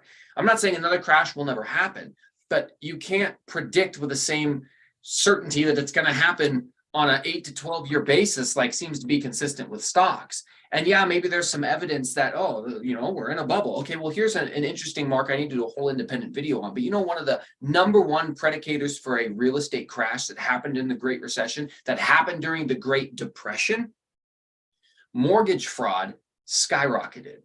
Mortgage fraud leading up to the Great Recession, no income, no job verification, ninja loans, those type of loans, they skyrocketed. Fraud always goes through the roof just prior to a major crash in real estate values. Right now, we are at record low levels of fraud occurring in the mortgage industry. For like the 95% of mortgages that are out there, it's like 1 in 134 mortgage applications has been found as being fraudulent. And the only place where mortgage application fraud spikes is in the 2 to 4 unit area. And the reason it spikes is because a lot of people are saying they want to buy this 2 to 4 unit building to house hack, but they don't actually intend to move in there. And so they're committing fraud by saying they're going to move there when they're not. But even still, that's 1 in 34 applications. So for reference, during the Great Recession, it was found that about 2 to 3% of all mortgage applications were considered fraudulent. Right now, it's like 0.07 or something like that. It's just so astronomically small. So yeah, you could cherry pick stats that say it's going to crash, but you can also find lots of other stats that are like, maybe it's not going to crash. I understand why people want it to. They just want an opportunity to buy a house. I feel for those people. But the only way you can truly help that person is if you say, look, become an expert in your market, do the work, look at your market every day, talk to as many people as you can. Eventually, you'll be able to figure out what a good deal is and then save your money and be ready to jump when you finally find one. Rant. My bad. Oh, sorry, man. no, you're good. This is perfect. I'm trying to help people. We're going to hit record at certain points here. So Jason, howdy, question. Using a home equity line of credit with a payment of $250 a month, there's a duplex I'm interested in that would be an 8% yield for a year until I pay off the home equity line of credit. Then it would be at 14%, not sure what to do. So my caution whenever it comes to using the home equity line of credit is I usually tell people not to do that on the first, second, or third deal before you have kind of confidence in your ability to run the numbers accurately, find, screen, place, maintain tenants, take care of the property, like get all of those things in order. If you have that down and you know what your yield's going to be, as long as you're calculating the debt on the home equity line of credit and getting that 8% yield, and then the home equity line of credit is paid off and it gets the 14 later. Remember, math is only one step. The very first 10 minutes of this video was like I talked about like 9 things on how to choose a rental, and math wasn't even in those 9 things. But you're looking at that. Does it meet everything else you're looking for? Is it in the area? Is the turnover going to be right? Does it have the things that will attract tenants? Limit tenant turnover, all of those other things. But if it's a deal worth pursuing, what's the average in your area? If you're in Matt's area and he was getting 25 and 30% cash on cash returns, 14% is not worth pursuing. If you're in my area, where a great deal is 10% cash on cash, I would look at that. If you knew once a home equity line is paid off and you have the ability to pay it off before the rate adjusts, I can't tell you what to do, but I would pursue it. But I don't know your market. I don't know what average is. And then Rob says Privy is an app that Pace uses. So there you go. Education from Rob. Stephen, howdy.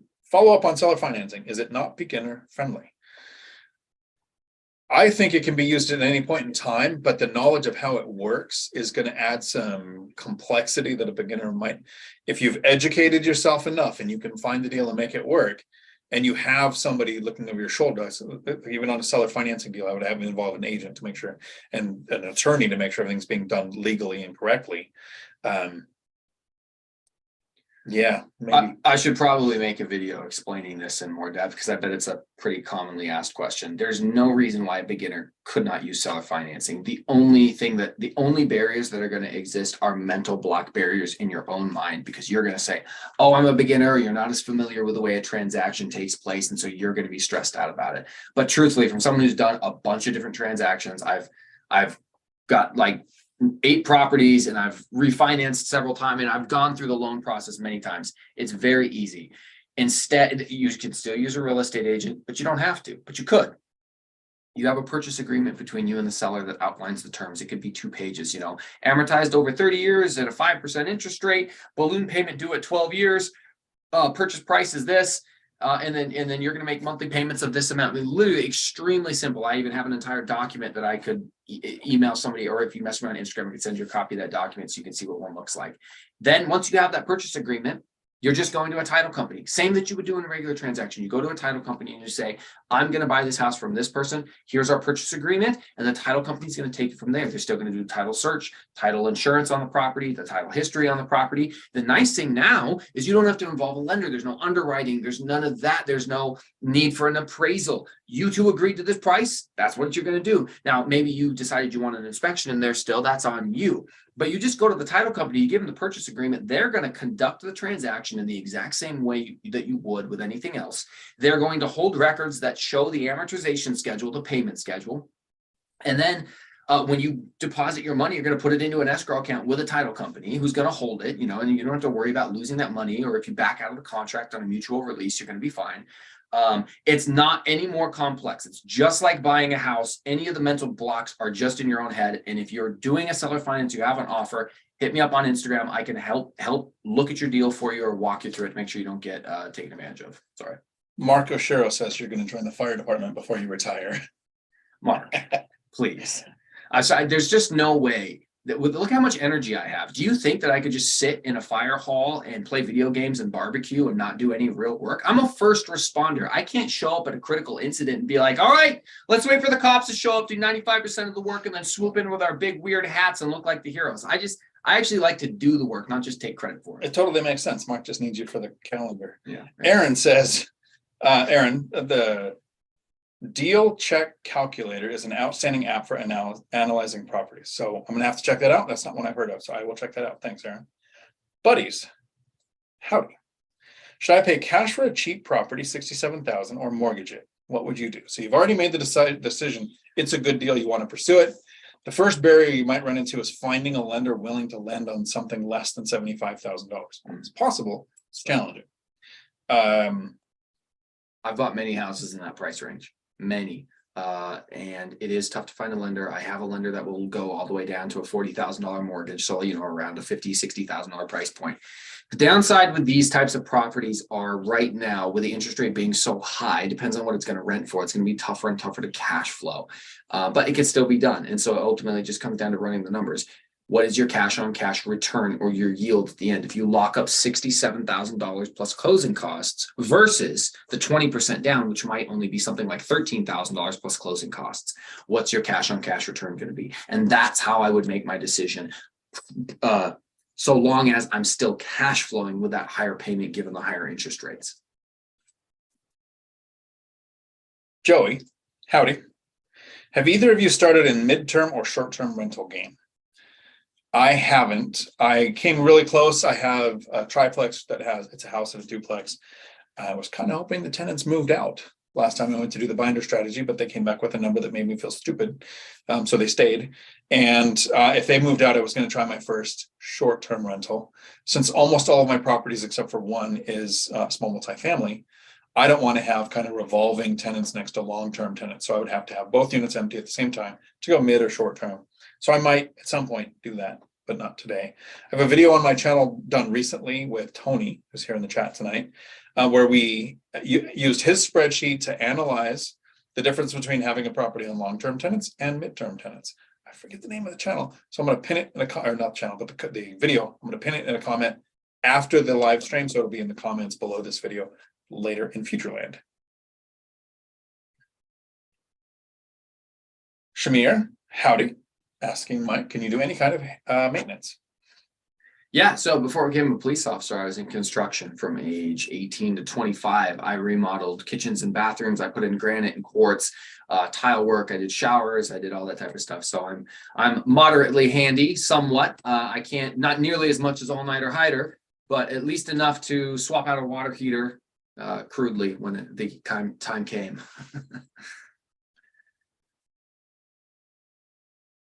I might have you answer this one. Dude, I've been talking a lot on this one. I feel bad. No, you do. Why do you think there's over 100 people here? Younger, cuter, smarter, funnier. Back on our romance. Michelle Myers going to call us exactly. out on that. We're getting married. Angel Perez, howdy. Hi. What's the difference between LLC and just having an umbrella policy? Specifically, that's what you would laugh. Specifically, when it comes to getting approved for future property, does it make a difference? Why are you having me answer it? This is your. Do we want to rant? Do we want to rant in the middle of a live? Dude, I already ranted. You said end right. This is your top. I refuse to answer. I don't even know what an LLC is. It's your top. Okay. Angel, this is a great question. I'm very sorry for the sarcasm that's coming from both of us because I know you actually want the information. The reason I want to say it's kind of a rant is There are times it makes sense to have an LLC. If you have partners, a limited liability company protects you and your assets from someone else's mistakes. It does not in any way separate your assets from your mistakes. When you are sued, all of your LLCs are your assets. So it doesn't give asset protection, but unless you have partners.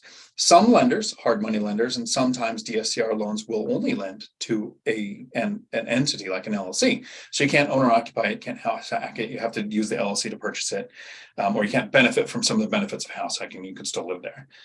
So there are times it makes sense to have it. The reason I always kind of get the response is because I have on my channel here a rant. It's called the LLC rant. Why you probably don't need one. CPAs and attorneys will tell you all day long why you need one, because they get to charge you to set it up. They get to charge you to maintain it. They get to charge you for filing taxes on each one. And they get to represent you when you go to court, even for something super trivial, because you can't represent yourself if you have an LLC. Insurance is going to cost more. You are more likely to be sued because people will see an LLC as a company which has deeper pockets than a person who owns a rental. Lending, it becomes very difficult. One of our friends, I forget who was it, was Christian. I think it was Christian, could be wrong. Put his properties in an LLC, wanted to refinance. So he paid to have them in an LLC. Went to refinance, bank said, no, it's got to be in your own name. Paid to take them out. So had no benefit, had an extra cost. There's a long list of reasons why none of my properties are in an LLC. But if I had partners who needed hard money, I would use an LLC. I have had LLCs. The nonprofit I formed is an LLC. CDL school that I worked at was in an LLC.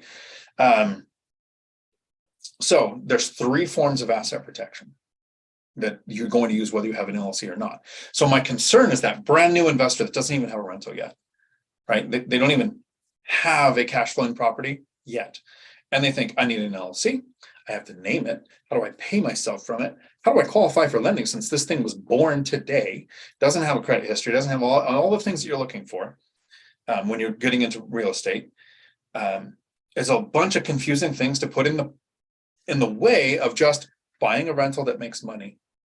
If you have 5 or 10 or 20 properties and you want to have 5 properties in each LLC and you have the cash flow and funds and bandwidth to handle, and you'll sleep better at night with this, I'm trying to be nice, fictitious, made up BS folder full of papers you think is going to separate your assets when you get to it. Because the 2 counties that I invest in, they don't pierce the veil. You Google piercing the veil, it's becoming more and more common. In the 2 counties that I invest in, they use the 1996 IRS precedents and they disregard all single member LLCs. They don't exist. So yes, there's no asset protection there. There's no tax benefits because it's the IRS 1996 precedents that says all sole member LLCs are disregarded entities. So you don't get any of the benefits you think you're going to. And 3 forms of asset protection. Sorry, so I'm trying to not make this right. The first one is insurance, right? Umbrella policy. So you have insurance on each property. With I go full replacement value of the house or the building, highest deductible possible. So most of my properties have a $10,000 deductible. Some have a 5 because that was the most available at the time. Then the umbrella, I have a $2 million policy. So if something goes above the threshold of the property, then that umbrella policy kicks in. That's the first form of asset protection. The second form is leverage. Right? I have 7 properties, 6 of them have mortgages. So the bank is in first position on 6 of my properties. And the third form of asset protection, and the most important one, write this down, fix stuff. Proactively have it inspected, you or a handyman once a year. When a tenant makes a complaint in a timely manner, know your local limits on what you have to do, get it fixed quickly, check banisters, carpet on stairs, check everything that could be a safety concern and make sure it's fixed. Safe, clean, functional. That's the order of operations for the rentals that I have. So I hope that answered your question, Angel, and the sarcasm wasn't directed at you or the question. It's directed at that question comes up a lot. And when I see it on BiggerPockets or in the Facebook groups for investing, a whole bunch of keyboard attorneys pop in with how you have to have an LLC and all my properties are in their own LLC. And that person doesn't own an LLC or a rental property. And it stops somebody else from getting into real estate. Thank you for answering that for me, Mike. That was very nice of you. No problem. I got you. Yeah. And if your tax person is good and honest, they will tell you the truth. I did 3 interviews with my tax preparer on my channel, and he talked about how LLCs don't do anything except for cost him more paperwork, which he charges for. There is not a single tax break or benefit that you are allowed in an LLC that you're not already qualified without having an LLC. So if you want to watch that video, you can find it on my channel. But yeah, if your tax preparer is telling you you need an LLC, it's because they want you to do it so they can charge you more money. Don't use that guy. Find somebody who does better. Because my guy was like, no, this is a total waste of your time. Rob is my hero. Thank you, Rob, for the super chat so that I can buy a safe place, because the LLC thing came up. It's funny, when we were in Sacramento at Zuber's event, somebody from the audience, just a very nice person trying to learn, raises their hand. Hey, should I have an LLC?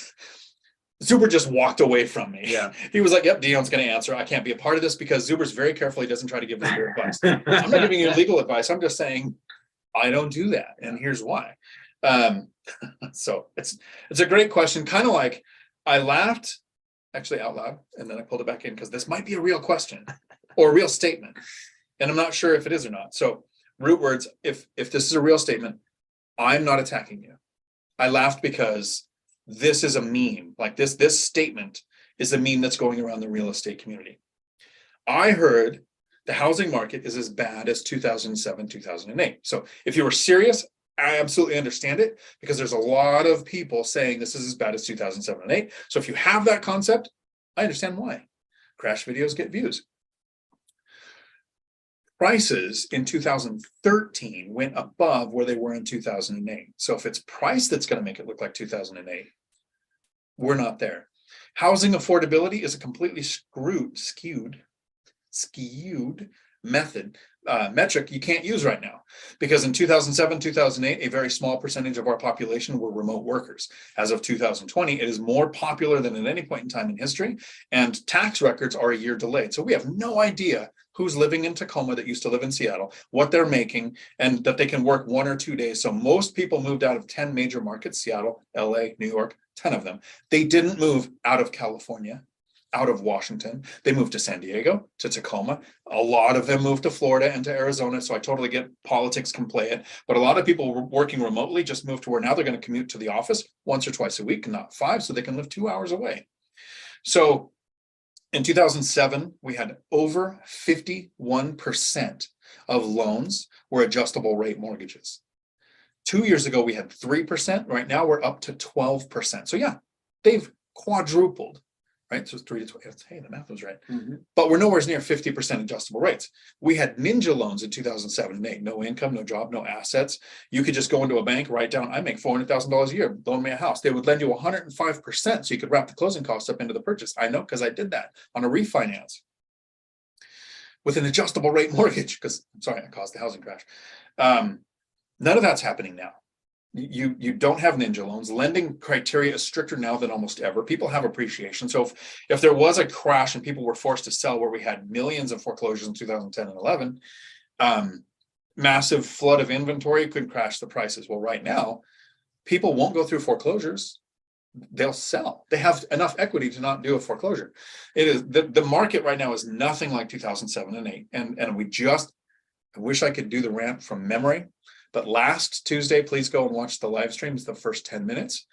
It will always feel like last year was the right time to buy. And I literally go through almost every single year from 2009 till now on how everybody says last year was the right time to buy, and now you can't buy. In 2024, they're going to be saying now is the best time to buy.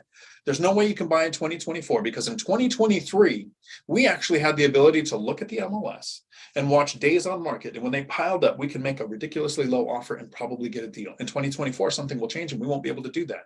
And they'll be saying, that's why this was the best time to buy.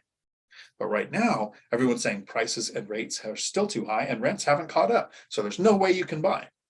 Every single year, there's been a thing like that. So root words, thank you for coming to the channel. Hopefully you don't feel like I'm being sarcastic at you. I'm being sarcastic at the moronic idiots, I want to be very specific with those terms, who make crash videos because they get views. And I'll probably butcher this, but if you want to help people, that's what we're trying to do. We're trying to help you reach financial freedom, make work optional. You tell them the truth. The truth is we're hunting for deals every day. If you want to help yourself, like the Crash Bros, you tell people what they want to hear. And people want to hear there's a crash coming. So they make those videos. I don't blame them. They get 10 times the views that we do. Maybe they're more entertaining. I'll give them that. But no one can tell you when is the right time to buy. You can't time the market. You can't time prices. You can't time rates. You can't time rents. There's two things that can tell you when to buy. Let me know in the comments if you want to know what those two things are, if you don't know now. Just to expound upon that just a little bit, if you compare where we're at right now versus the lead up to the previous housing recession, there are some of the same metrics that are currently in place that made that market so unhealthy. Yes, prices have shot up at an unsustainable rate. When you look at what happened when we printed all of that money, printed all of that stimulus money, prices went through the roof. Inflation is very unhealthy. Inflation is something that's happening now that didn't happen last time, at least not at the same rate that it is right now, right? We're having record 50-year inflation since the 70s it had been. And so there's things about this market that happened last time. There's things about this market that are a little bit different. There's things about this market that make this market unhealthy. Does that necessarily mean that we're going to see another recession or crash like we did in the prices with 2007 to 2008? I don't think so. I mentioned earlier some of the factors that are being overlooked that, like mortgage fraud and things like that. But ultimately, if I was to look at this market and say, where do I think there might be opportunities for prices softening? It's going to be at the price points that are way above the median. So Dion and I today, we went and filmed a bunch of shorts out at a new home build community in the Pierce County, Bonnie Lake area. And we're out here at these houses that are $800,000, $900,000 houses, $1 million houses. And the builders are building these houses and they're offering discounts. They're offering price cuts on some of those houses. Why? Because they're priced so high that with these very high interest rates, it's making the monthly payment so unaffordable. The only way they can move these units is to bring that price down or offer other types of concessions. And so is there sometimes opportunity? Yes. Is that occurring in all assets, single family, small multifamily, larger multifamily? Is it occurring in all assets equally? No. Is it occurring in all markets equally? No. There's totally different amounts of units coming on the market. New apartments that are being built are happening mostly in Phoenix and in Vegas and in Texas and in Florida, but it's not happening in California and in Washington. And so real estate is hyper local. You need to learn your market. Roots, whatever I forgot what your name was, man. I'm sorry, man. Roots or something like that. If you're from Phoenix, dude, there could be some serious instability in your market presenting great opportunity from you. If you're in Miami, well, guess what? It's still popping off. Or as we talked about earlier, I think it was Tennessee, Memphis, Tennessee, 50% like year on year appreciation. You need to become an expert in your market because your market could be doing something totally different than a national trend or some other market's trend. So learn your market, network and communicate with the people in your area, and figure out how you should best approach being a real estate investor in your specific area. We are getting some great questions here, and I want to make sure we get to as many as we can. So I'm going to apologize for the rants, and I'm going to try not to have any more. Sure. I put up the email. If you could email the person, there you go. Yeah, our super secret guest. It's incoming. But there's some really good ones here, and I want to go as quick as I can through them. Shirley, howdy. Do you use tax software or a CPA to do your taxes? Trying to figure it out if I can offset my W-2 income using last year's short-term rental income. You're definitely going to want to talk to a CPA. Here's my answer, and I am not a CPA, right? So this is not financial advice. This is just me telling you my perception. You can only use rental income losses, depreciation and write-offs against W-2 income if you qualify on two metrics. You have to be a real estate professional, meaning you work more than 751 hours in real estate, and that you work more in real estate than you do at your W-2 job. So every CPA that I've ever talked to said, if you work a W-2 job and you're audited, you're not going to pass as a real estate professional if you have a W-2. Matt, the lumberjack landlord, was able to pull off the successful legal strategy of doing the real estate professional because his spouse was the real estate professional, so it offset against his. And in that case, you're probably going to look at something like a cost segregation study to use in your depreciation on a faster schedule. But really look at your thing, and I would definitely use the CPA for that. If you email me, my email is in the chat a couple of times. I have a spreadsheet that my CPA kind of helped me design, which lets me put in the information that they need, and then I send it to the CPA. So it's a bit of both. I use a spreadsheet and then the CPA. I don't use tax software. I am not going to trust myself with the 2,000 pages in the tax guide, right? It's like thousands and thousands of pages in the tax guide. Somebody that's paid specifically to do that, like I could go and replace my roof, right? But I'm going to hire a roofer with the right insurance and a team, I'm gonna hire a CPA, because it's way more confusing to do taxes than to do a roof, I think. And I don't have the skill to do either. I think he joined in. I see him down there in the Zoom. Okay, so I'll let him join in for a second. While you're doing that, I'm gonna get to a couple more questions here.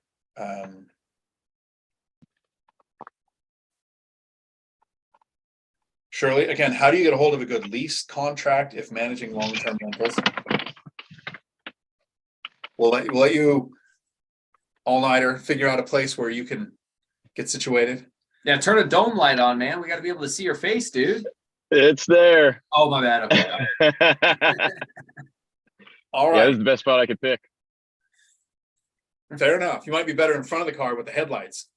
Yeah, well, they're smashed in, unfortunately. That's not good. Yeah, not good at all. No, on the way over here, coming out to Arkansas, unfortunately, I hit a patch of ice and fishtailed a couple times and then found the center divide. Yeah, that was fun. So for those of you who don't know, we have joining with us probably the most infamous YouTube chatter that there is, All Nighter Hider. He's here on his primary account, All Nighter Hider, not one of his backups. But he is a longtime listener, first-time caller of the Dion Talk Financial Freedom Show, and we're super excited to chat with him because he has some lofty real estate goals. So we're going to get to those in just a second. Dion's going to go through a couple more questions real quick, and then we're going to jump into talking with Ryan. Well, I just want to answer this one for Shirley on the lease, and then we'll jump into talking with Ryan. Somebody in the comments also said BiggerPockets has a good lease that was drawn up by an attorney for each state. You can check your states. Most states have a landlord tenant resource page that might have a lease. Apartments.com, Zillow, they have lease templates. You can talk to property managers if you know any. They might not want to give up proprietary information, but they could. I asked one, they gave me one. It was the worst thing I've ever seen. Like, I want to put that in a video because it was so bad. Sorry, Steve. But talk to an attorney that's in your area, Shirley, and ask them, since they operate in the court system that your rental's going to be in, is there any verbiage that you want added to the lease that will make your job easier if we ever have an eviction to go through together? They might not have anything. They might look at your lease and say, oh, that's perfect. Mine gave me a paragraph that shifted a little bit, and because they know what works best in your local area. So, Ryan, tell us a little bit about the work that you do. Oh man, what don't I do? I've been in construction since 18, I'm now 41. I've been doing commercial fishing up in Alaska for the last 11 seasons now, 11 years. I'm currently also working in foreclosures where I am going after foreclosure overages. And you're primarily based out of California, right? Yes, San Diego. Right. Okay. So California, you're visiting Arkansas right now. So commercial fishing, deadliest catch, huh? You're up there doing that crazy stuff, right? I am. I love it, man. It was a passion. Within the first week of going up there, boat wasn't even in the water. I was just in the mess hall meeting everybody, and I made a determination that I wanted to do at least 10 seasons up there. Okay. So that's what I've done. Hey, that's a commitment right there. Any close calls, any near-death experiences? Oh, of course. All the time. Yeah, I met up with a bear one time. That was fun. We got into the dock around midnight. It was just getting dark because it does get dark there during the summertime. I only had 5 fish to fillet, but I went ahead and I filleted them. It took me about 2 hours. So by that time it was dark. I threw them in a wheelbarrow and I go up to our bunkhouse where we have a kitchen. And I open up the kitchen door. I go and I use the head and I get the vacuum sealer and I come back out of that kitchen door and there's this bear, about a 500-pound bear, got his snout right in my burrow. Oh, so I've only got 10 fillets in there, and he chose the 3 best ones.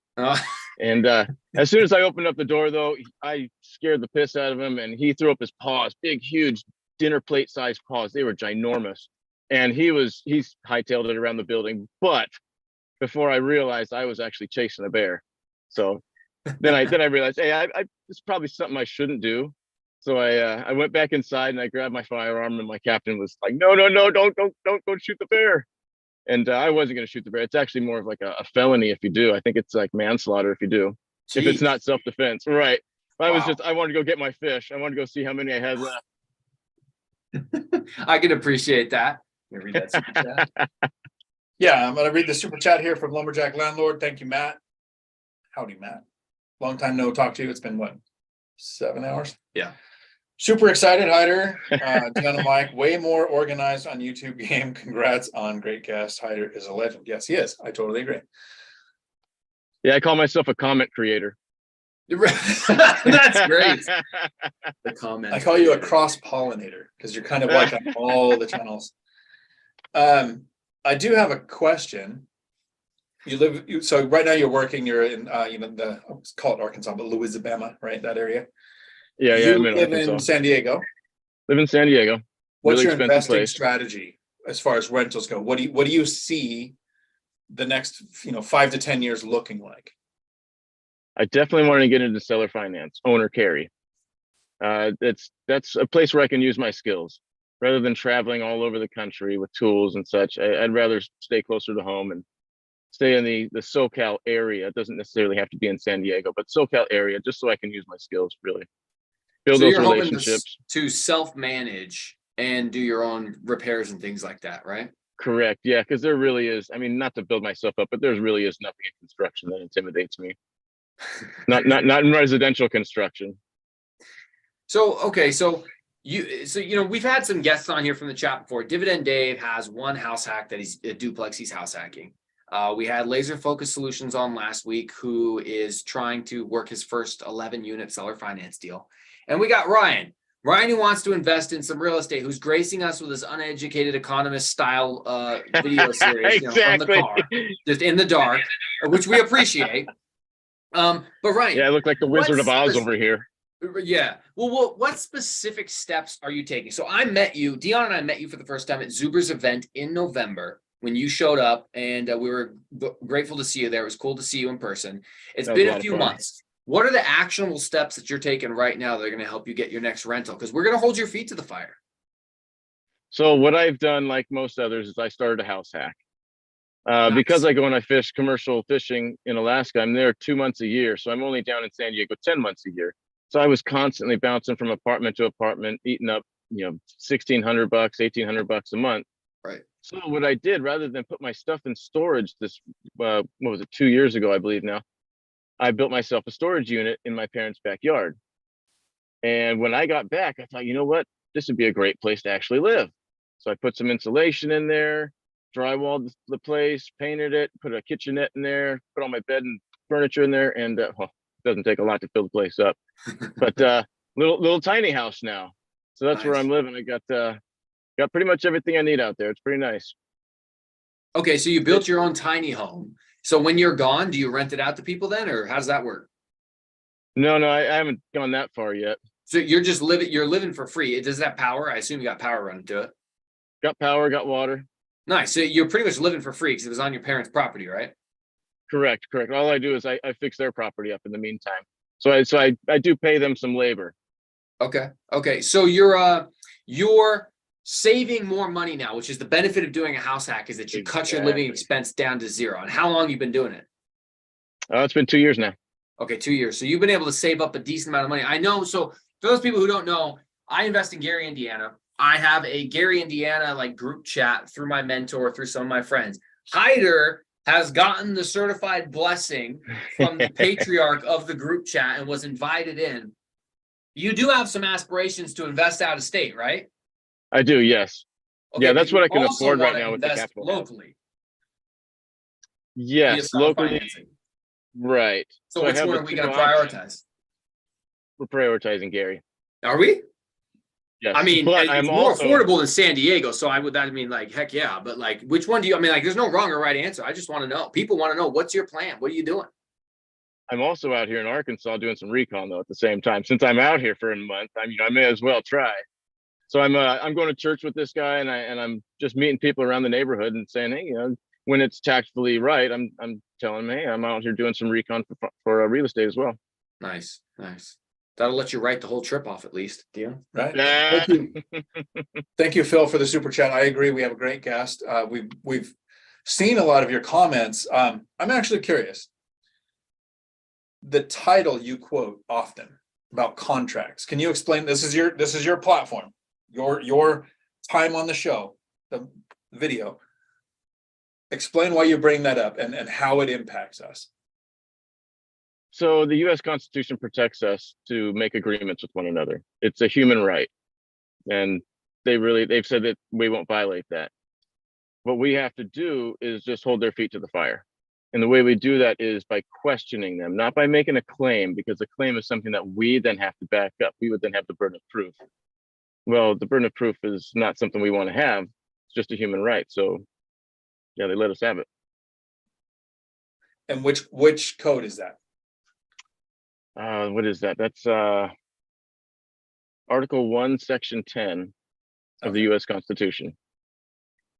That was what I wanted, because I've seen you type it several times. I wanted you to go over it. So you've done contracting, handyman type work, right? You kind of do both versions of that? Yes, mainly on a handshake through, it's contractual, but it's through text messages, because since text messages are court admissible in California. If an investor approaches you and says, hey, I heard you were a handyman, how do they get your attention? Get to the top of your list of people to pay attention to? It's really word of mouth. I don't do any kind of advertising. So really trust is built in, that reputation's built in. Yeah, really, there's no really list on I service everybody equally.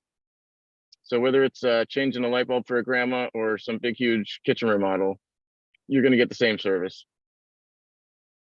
I did a video on red flags to look out for with contractors, because I was a general contractor for a number of years. And one of the things I said is that, it's good when they have like an Instagram page or they have some sort of online presence so that you can look for like reviews and stuff like that. But then I said, but that doesn't necessarily discount the one-off guy who's a referral from somebody that's a known trusted source, because the referral guy is actually probably your best bet. But the problem is that it's hard to get the referral, because you're not going to go to your network, and unless they have an all-nighter hider who can come out in the middle of the all-nighter and fix things, like, you kind of have to go. So what do you think? How would somebody find you? Because obviously, unless they're in San Diego, how does somebody find a good qualified person who's going to work for a fair price? How do they find you to come do repairs and work on their rental properties? How would somebody find me? Good call.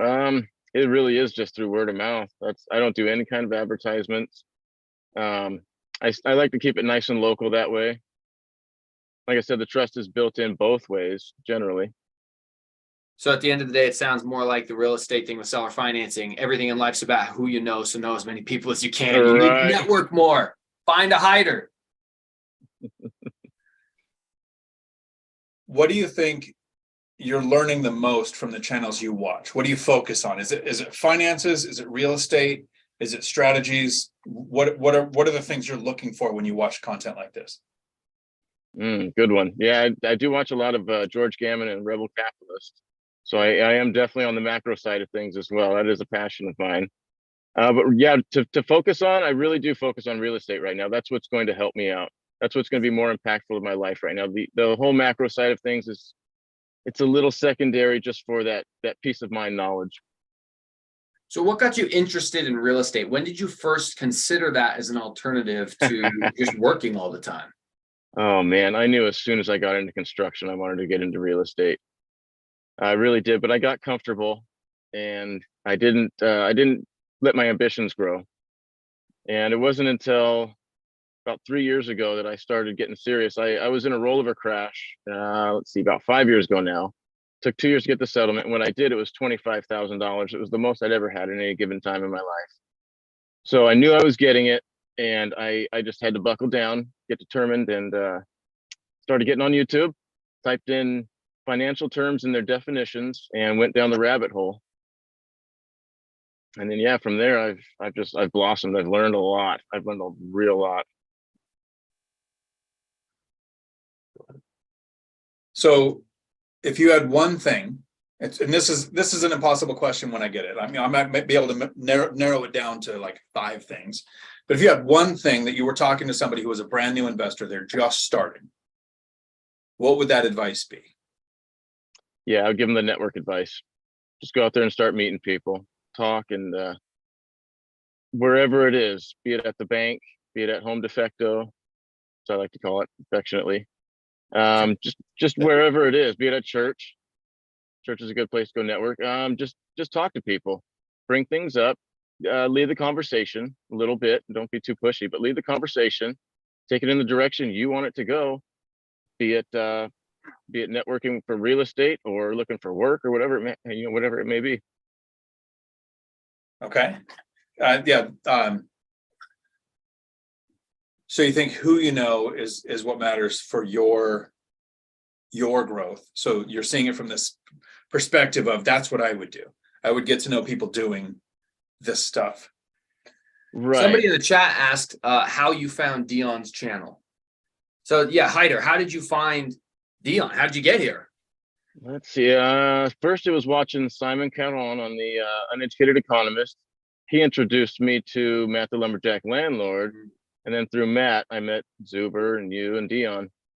Interesting. Okay. Well, how long ago do you think that happened? Ooh. Good year now. Oh, it's been that long? Okay, because I was gonna say I think so, that yeah. event, that one rental at a time event in November. I was like, I feel like the commitment people would have to make to come out to an event like that, even though it was for a couple hour drive, I think for you, something like that, but still it was cool to see you there. But okay, so you've been following our little family of channels for a year. How much closer do you think you are to getting that first rental property? Like what's the timeline for that? Are we looking at 6 months? Are we looking at 2 years? What are we going to do? Realistically, probably after AFS, which is after fishing season. That would be right. Everything revolves around fishing. That would be probably in August. Okay. That's when I'll have a little more capital, but I'll be searching the whole time. So I'm not going to discount any time that I have in between now and then. You've also reduced or eliminated that largest expense. That's the thing most of us focus on. Even Zuber says it's the one thing he wish he had done sooner.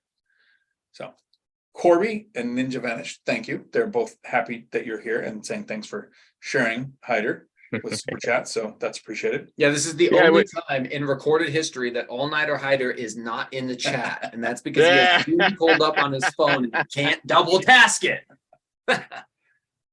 Yeah, unfortunately, my laptop doesn't have internet out here, or else I would be doing double task. And then you'd see how tough it is to actually have the conversation and maintain the chat. I always just look like I'm looking at my phone like I'm a jerk who's not paying attention. Cool. So I'm going to give it a few more minutes to see if there's any questions that pop up here for a handyman, contractor, house hacking, traveling, employee, worker, fisherman. Before we're done here. All-nighter of all trades. Yeah, let's see. I've been in construction now. And so 22 years now in the trades, and I believe 17 of them self-employed. Okay, good for you. Good for you. It's given me a lot of time to learn a lot of other things too. That's what gave me the time to go up and commercial fish. Because I'm working for myself. I make my own schedule. Right. Nice. And what really helps me out with that, what's funny about that is I turn off my business for 2 months a year. And when I go up there, I go and I catch a bunch of salmon. So I bring a cooler up there with me. I ship it back full of salmon. So I bring back about 45 pounds of salmon every year. And what I do is I start handing it out to people when I get back. And wouldn't you know it, man, the work starts popping up. Nice. Yeah, everybody's like, hey, did you know if you hire this guy, you get some fresh cut salmon? Right. That's a deal right there. Do you think there's a video topic that's missing on these channels? Something you'd like to see covered? Good question. I think I would probably need to learn more to actually be able to answer that question. That's a fair assessment. Like, one of the most overused, I don't know if idiom is the right word, but one of the most overused phrases is you don't know what you don't know. But it's true because it's so hard. I know there's so many things I don't understand about real estate investing, or I don't understand about the market or macroeconomics, but I don't know what I don't know. And so really the best thing that you can do is do what Hyder does. And we appreciate him not only just because he's literally one of the most loyal supporters of all of our channels. And that's one of the things that prompted us to have him on and have other people who are always in the chat, because we want to give back to the people who are there and support us. But when you show up every video, for every freaking short, and message us on Facebook and participate in the Facebook groups and participate in the courses. And it's always a positive attitude and you're always asking good questions. There's no way that you cannot be successful 5 years from today, because you just spend too much time talking to people who have already done what you want to do. It's impossible for you to not be dragged along there with us. Yeah, I would agree, actually. I have to step into success. Josh makes a good point, though, and asks a question. This one really matters to me. When are you going to visit Washington? There's work to do here too, right? Oh, man. Hey, I travel all over the country. Price is right. Dude, we're about to get another guest. We're about to get another surprise guest, somebody that needs to jump on because they specifically want to talk to you. So bring it on. Oh, absolutely. So yeah, it's going to take about 30 seconds here for Dion to get this person invited. But this person is somebody that again, this is a famous person in the chat.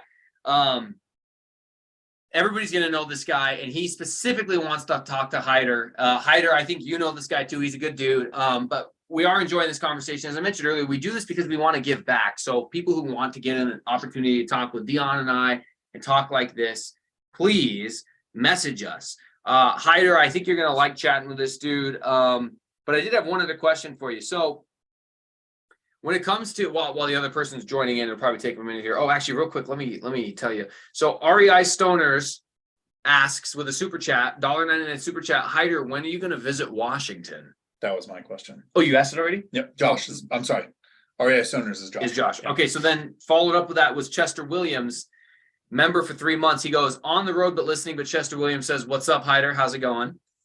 Going well. Jeez, and then Frank, man, everybody's super chatting Hyder. You got more super chats than we did. Rob with a $2 super chat. What's Hyder's contact for work? If you want his contact info, I don't think we could say it here in the video unless you want to, Ryan. That's up to you. If you want to drop a phone number, I'll let you do that. I don't mind at all. 619-867-2027 is the phone number. Okay, perfect. And we do have oh shoot. Okay, we got somebody who joined us. This up, Hyder. Ninja. Yeah, there he is. How you doing, buddy? I'm doing well, Matt. How are you doing? I'm doing awesome. I saw that. I literally was I was sending stuff to Mike and Dion. I was like, holy shit, Hyder's on. Yeah, looking like the Wizard of Oz. With the floating head. That's awesome. I was like, I said to Ashley, I go, they got Hyder on there. I got to go down to the studio. I'll see you in a few. She's like, okay, bye. So it's literally on upstairs, but yeah, it's good, man. I'm so happy to see you. I'm so happy to see you on here. I think it's fantastic. I appreciate Dion and Mike's game. They are fantastic. They have far better at follow through than I am. My schedule sucks nuggets right now. But yeah, Vegas took a little bit of your time, didn't it? Oh my goodness. Yeah, it's been a little bit of a caca show, but we're making up for it. You see what it's like up in Alaska and how cold it gets up there. Dion knows and Mike knows firsthand. I live in Siberia. Yeah, it's chilly. He came here. I'm It was only like up there during the summer. Yeah, he came down here or came over, and it was like one of the days it was 6. And I was like, let's shoot this outside. He's like, let's shoot it outside. He's like very enthusiastic. Like Mike was great, good sport about shooting it outside. You know what it's like? Try to do a live stream holding a phone like this while you're shivering to death for like 2 hours while Matt walks around and points at things, and I'm just trying to hold the phone steady so it doesn't look like I have Parkinson's or something.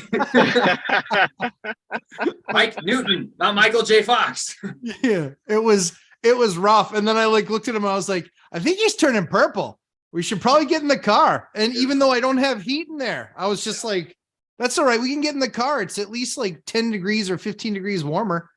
So it was brutal, but I was excited to see you, Hyder. I'm glad that you've become such a big, huge impact to the community. I put in the chat there, but Mike sucks at reading the chat. So I put in the chat, I said that you're definitely one of the best things that's happened to our community with my being able to hook up with Simon. Simon's a great guy. Love working with him. But you're a huge part of his community and now you're a huge part of ours. And I just wanted to thank you firsthand because yeah, you're a big part of what we do. And you always make people feel welcome and listened to. And we always, even though I've done, I don't know, 70 or 80 or 90 deals or whatever, I still remember my first one. And we want to try and help people with that experience as much as we can because it's scary. No matter how much money you have, that first one's scary. You never know what it's going to, how it's going to go and the things you're going to miss and you don't know what you don't know. And so, yeah, so I wanted to personally thank you because I appreciate all that you've done for the community. Well, thank you. I appreciate the compliment and I'm very, very pleased to be here. Yeah. Yeah. And no one knows the Constitution, I think, as well as you. Yeah.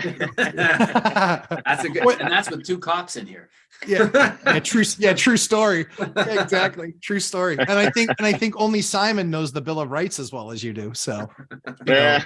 It kind of works. I'm learning. Yeah. That's another course that I bought. Yeah. It's awesome. It's awesome. But yeah, wanted to make sure to jump on and say hi and completely jump in on the live stream. Jump the shark. Yeah, exactly. That too. Yeah.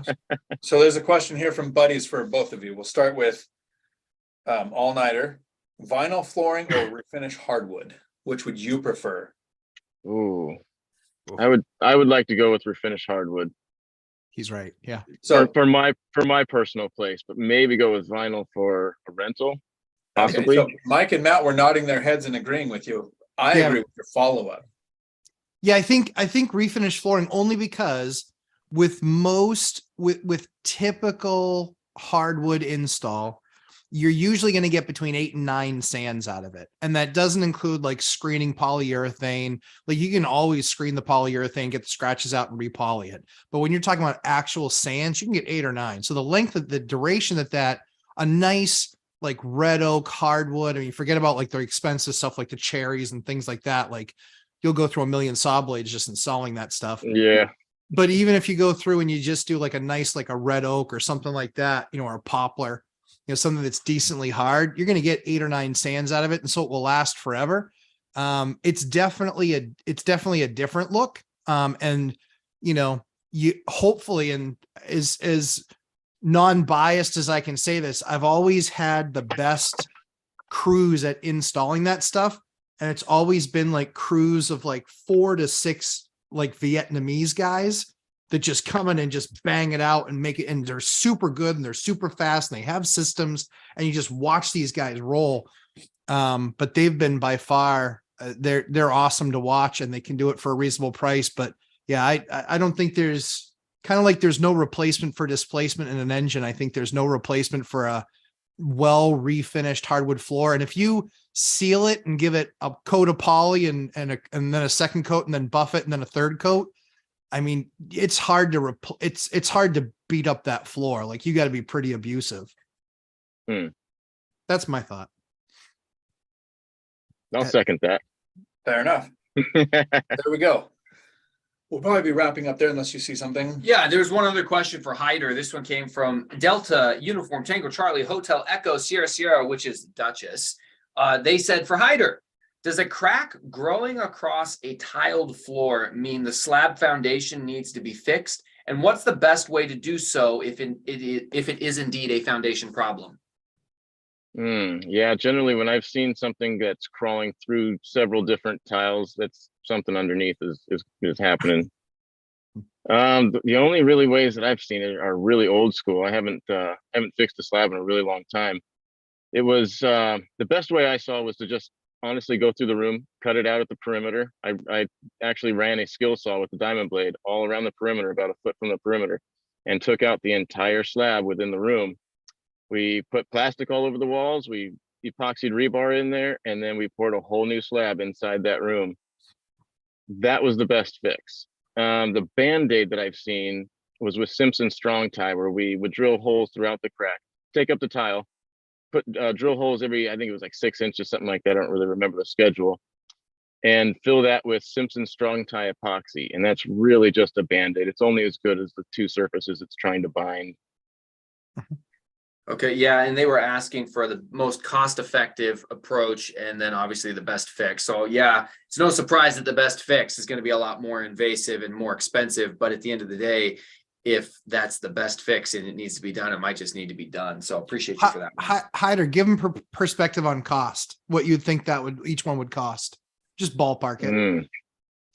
Oh man, I'd say maybe 10 grand for the new slab and maybe 1,500 for the epoxy. Yep, I'd agree with that. Yeah, you're probably 1,500 to 2,500 on the smaller fix. On the bigger fix, you're probably 10 to 13. I would say it's about 5 times the cost. I would guess. Well, I can understand the Band-Aid approach. Yes, yes. Well, because you almost kind of hope that when you pull the tiles off, that it's not the slab. You kind of hope that it was just like, maybe they had a seam in there, or maybe they, for some reason, put some sort of an underlayment on top of the slab. Like I've seen that a few times before, and you hope, you kind of like fingers crossed it was that.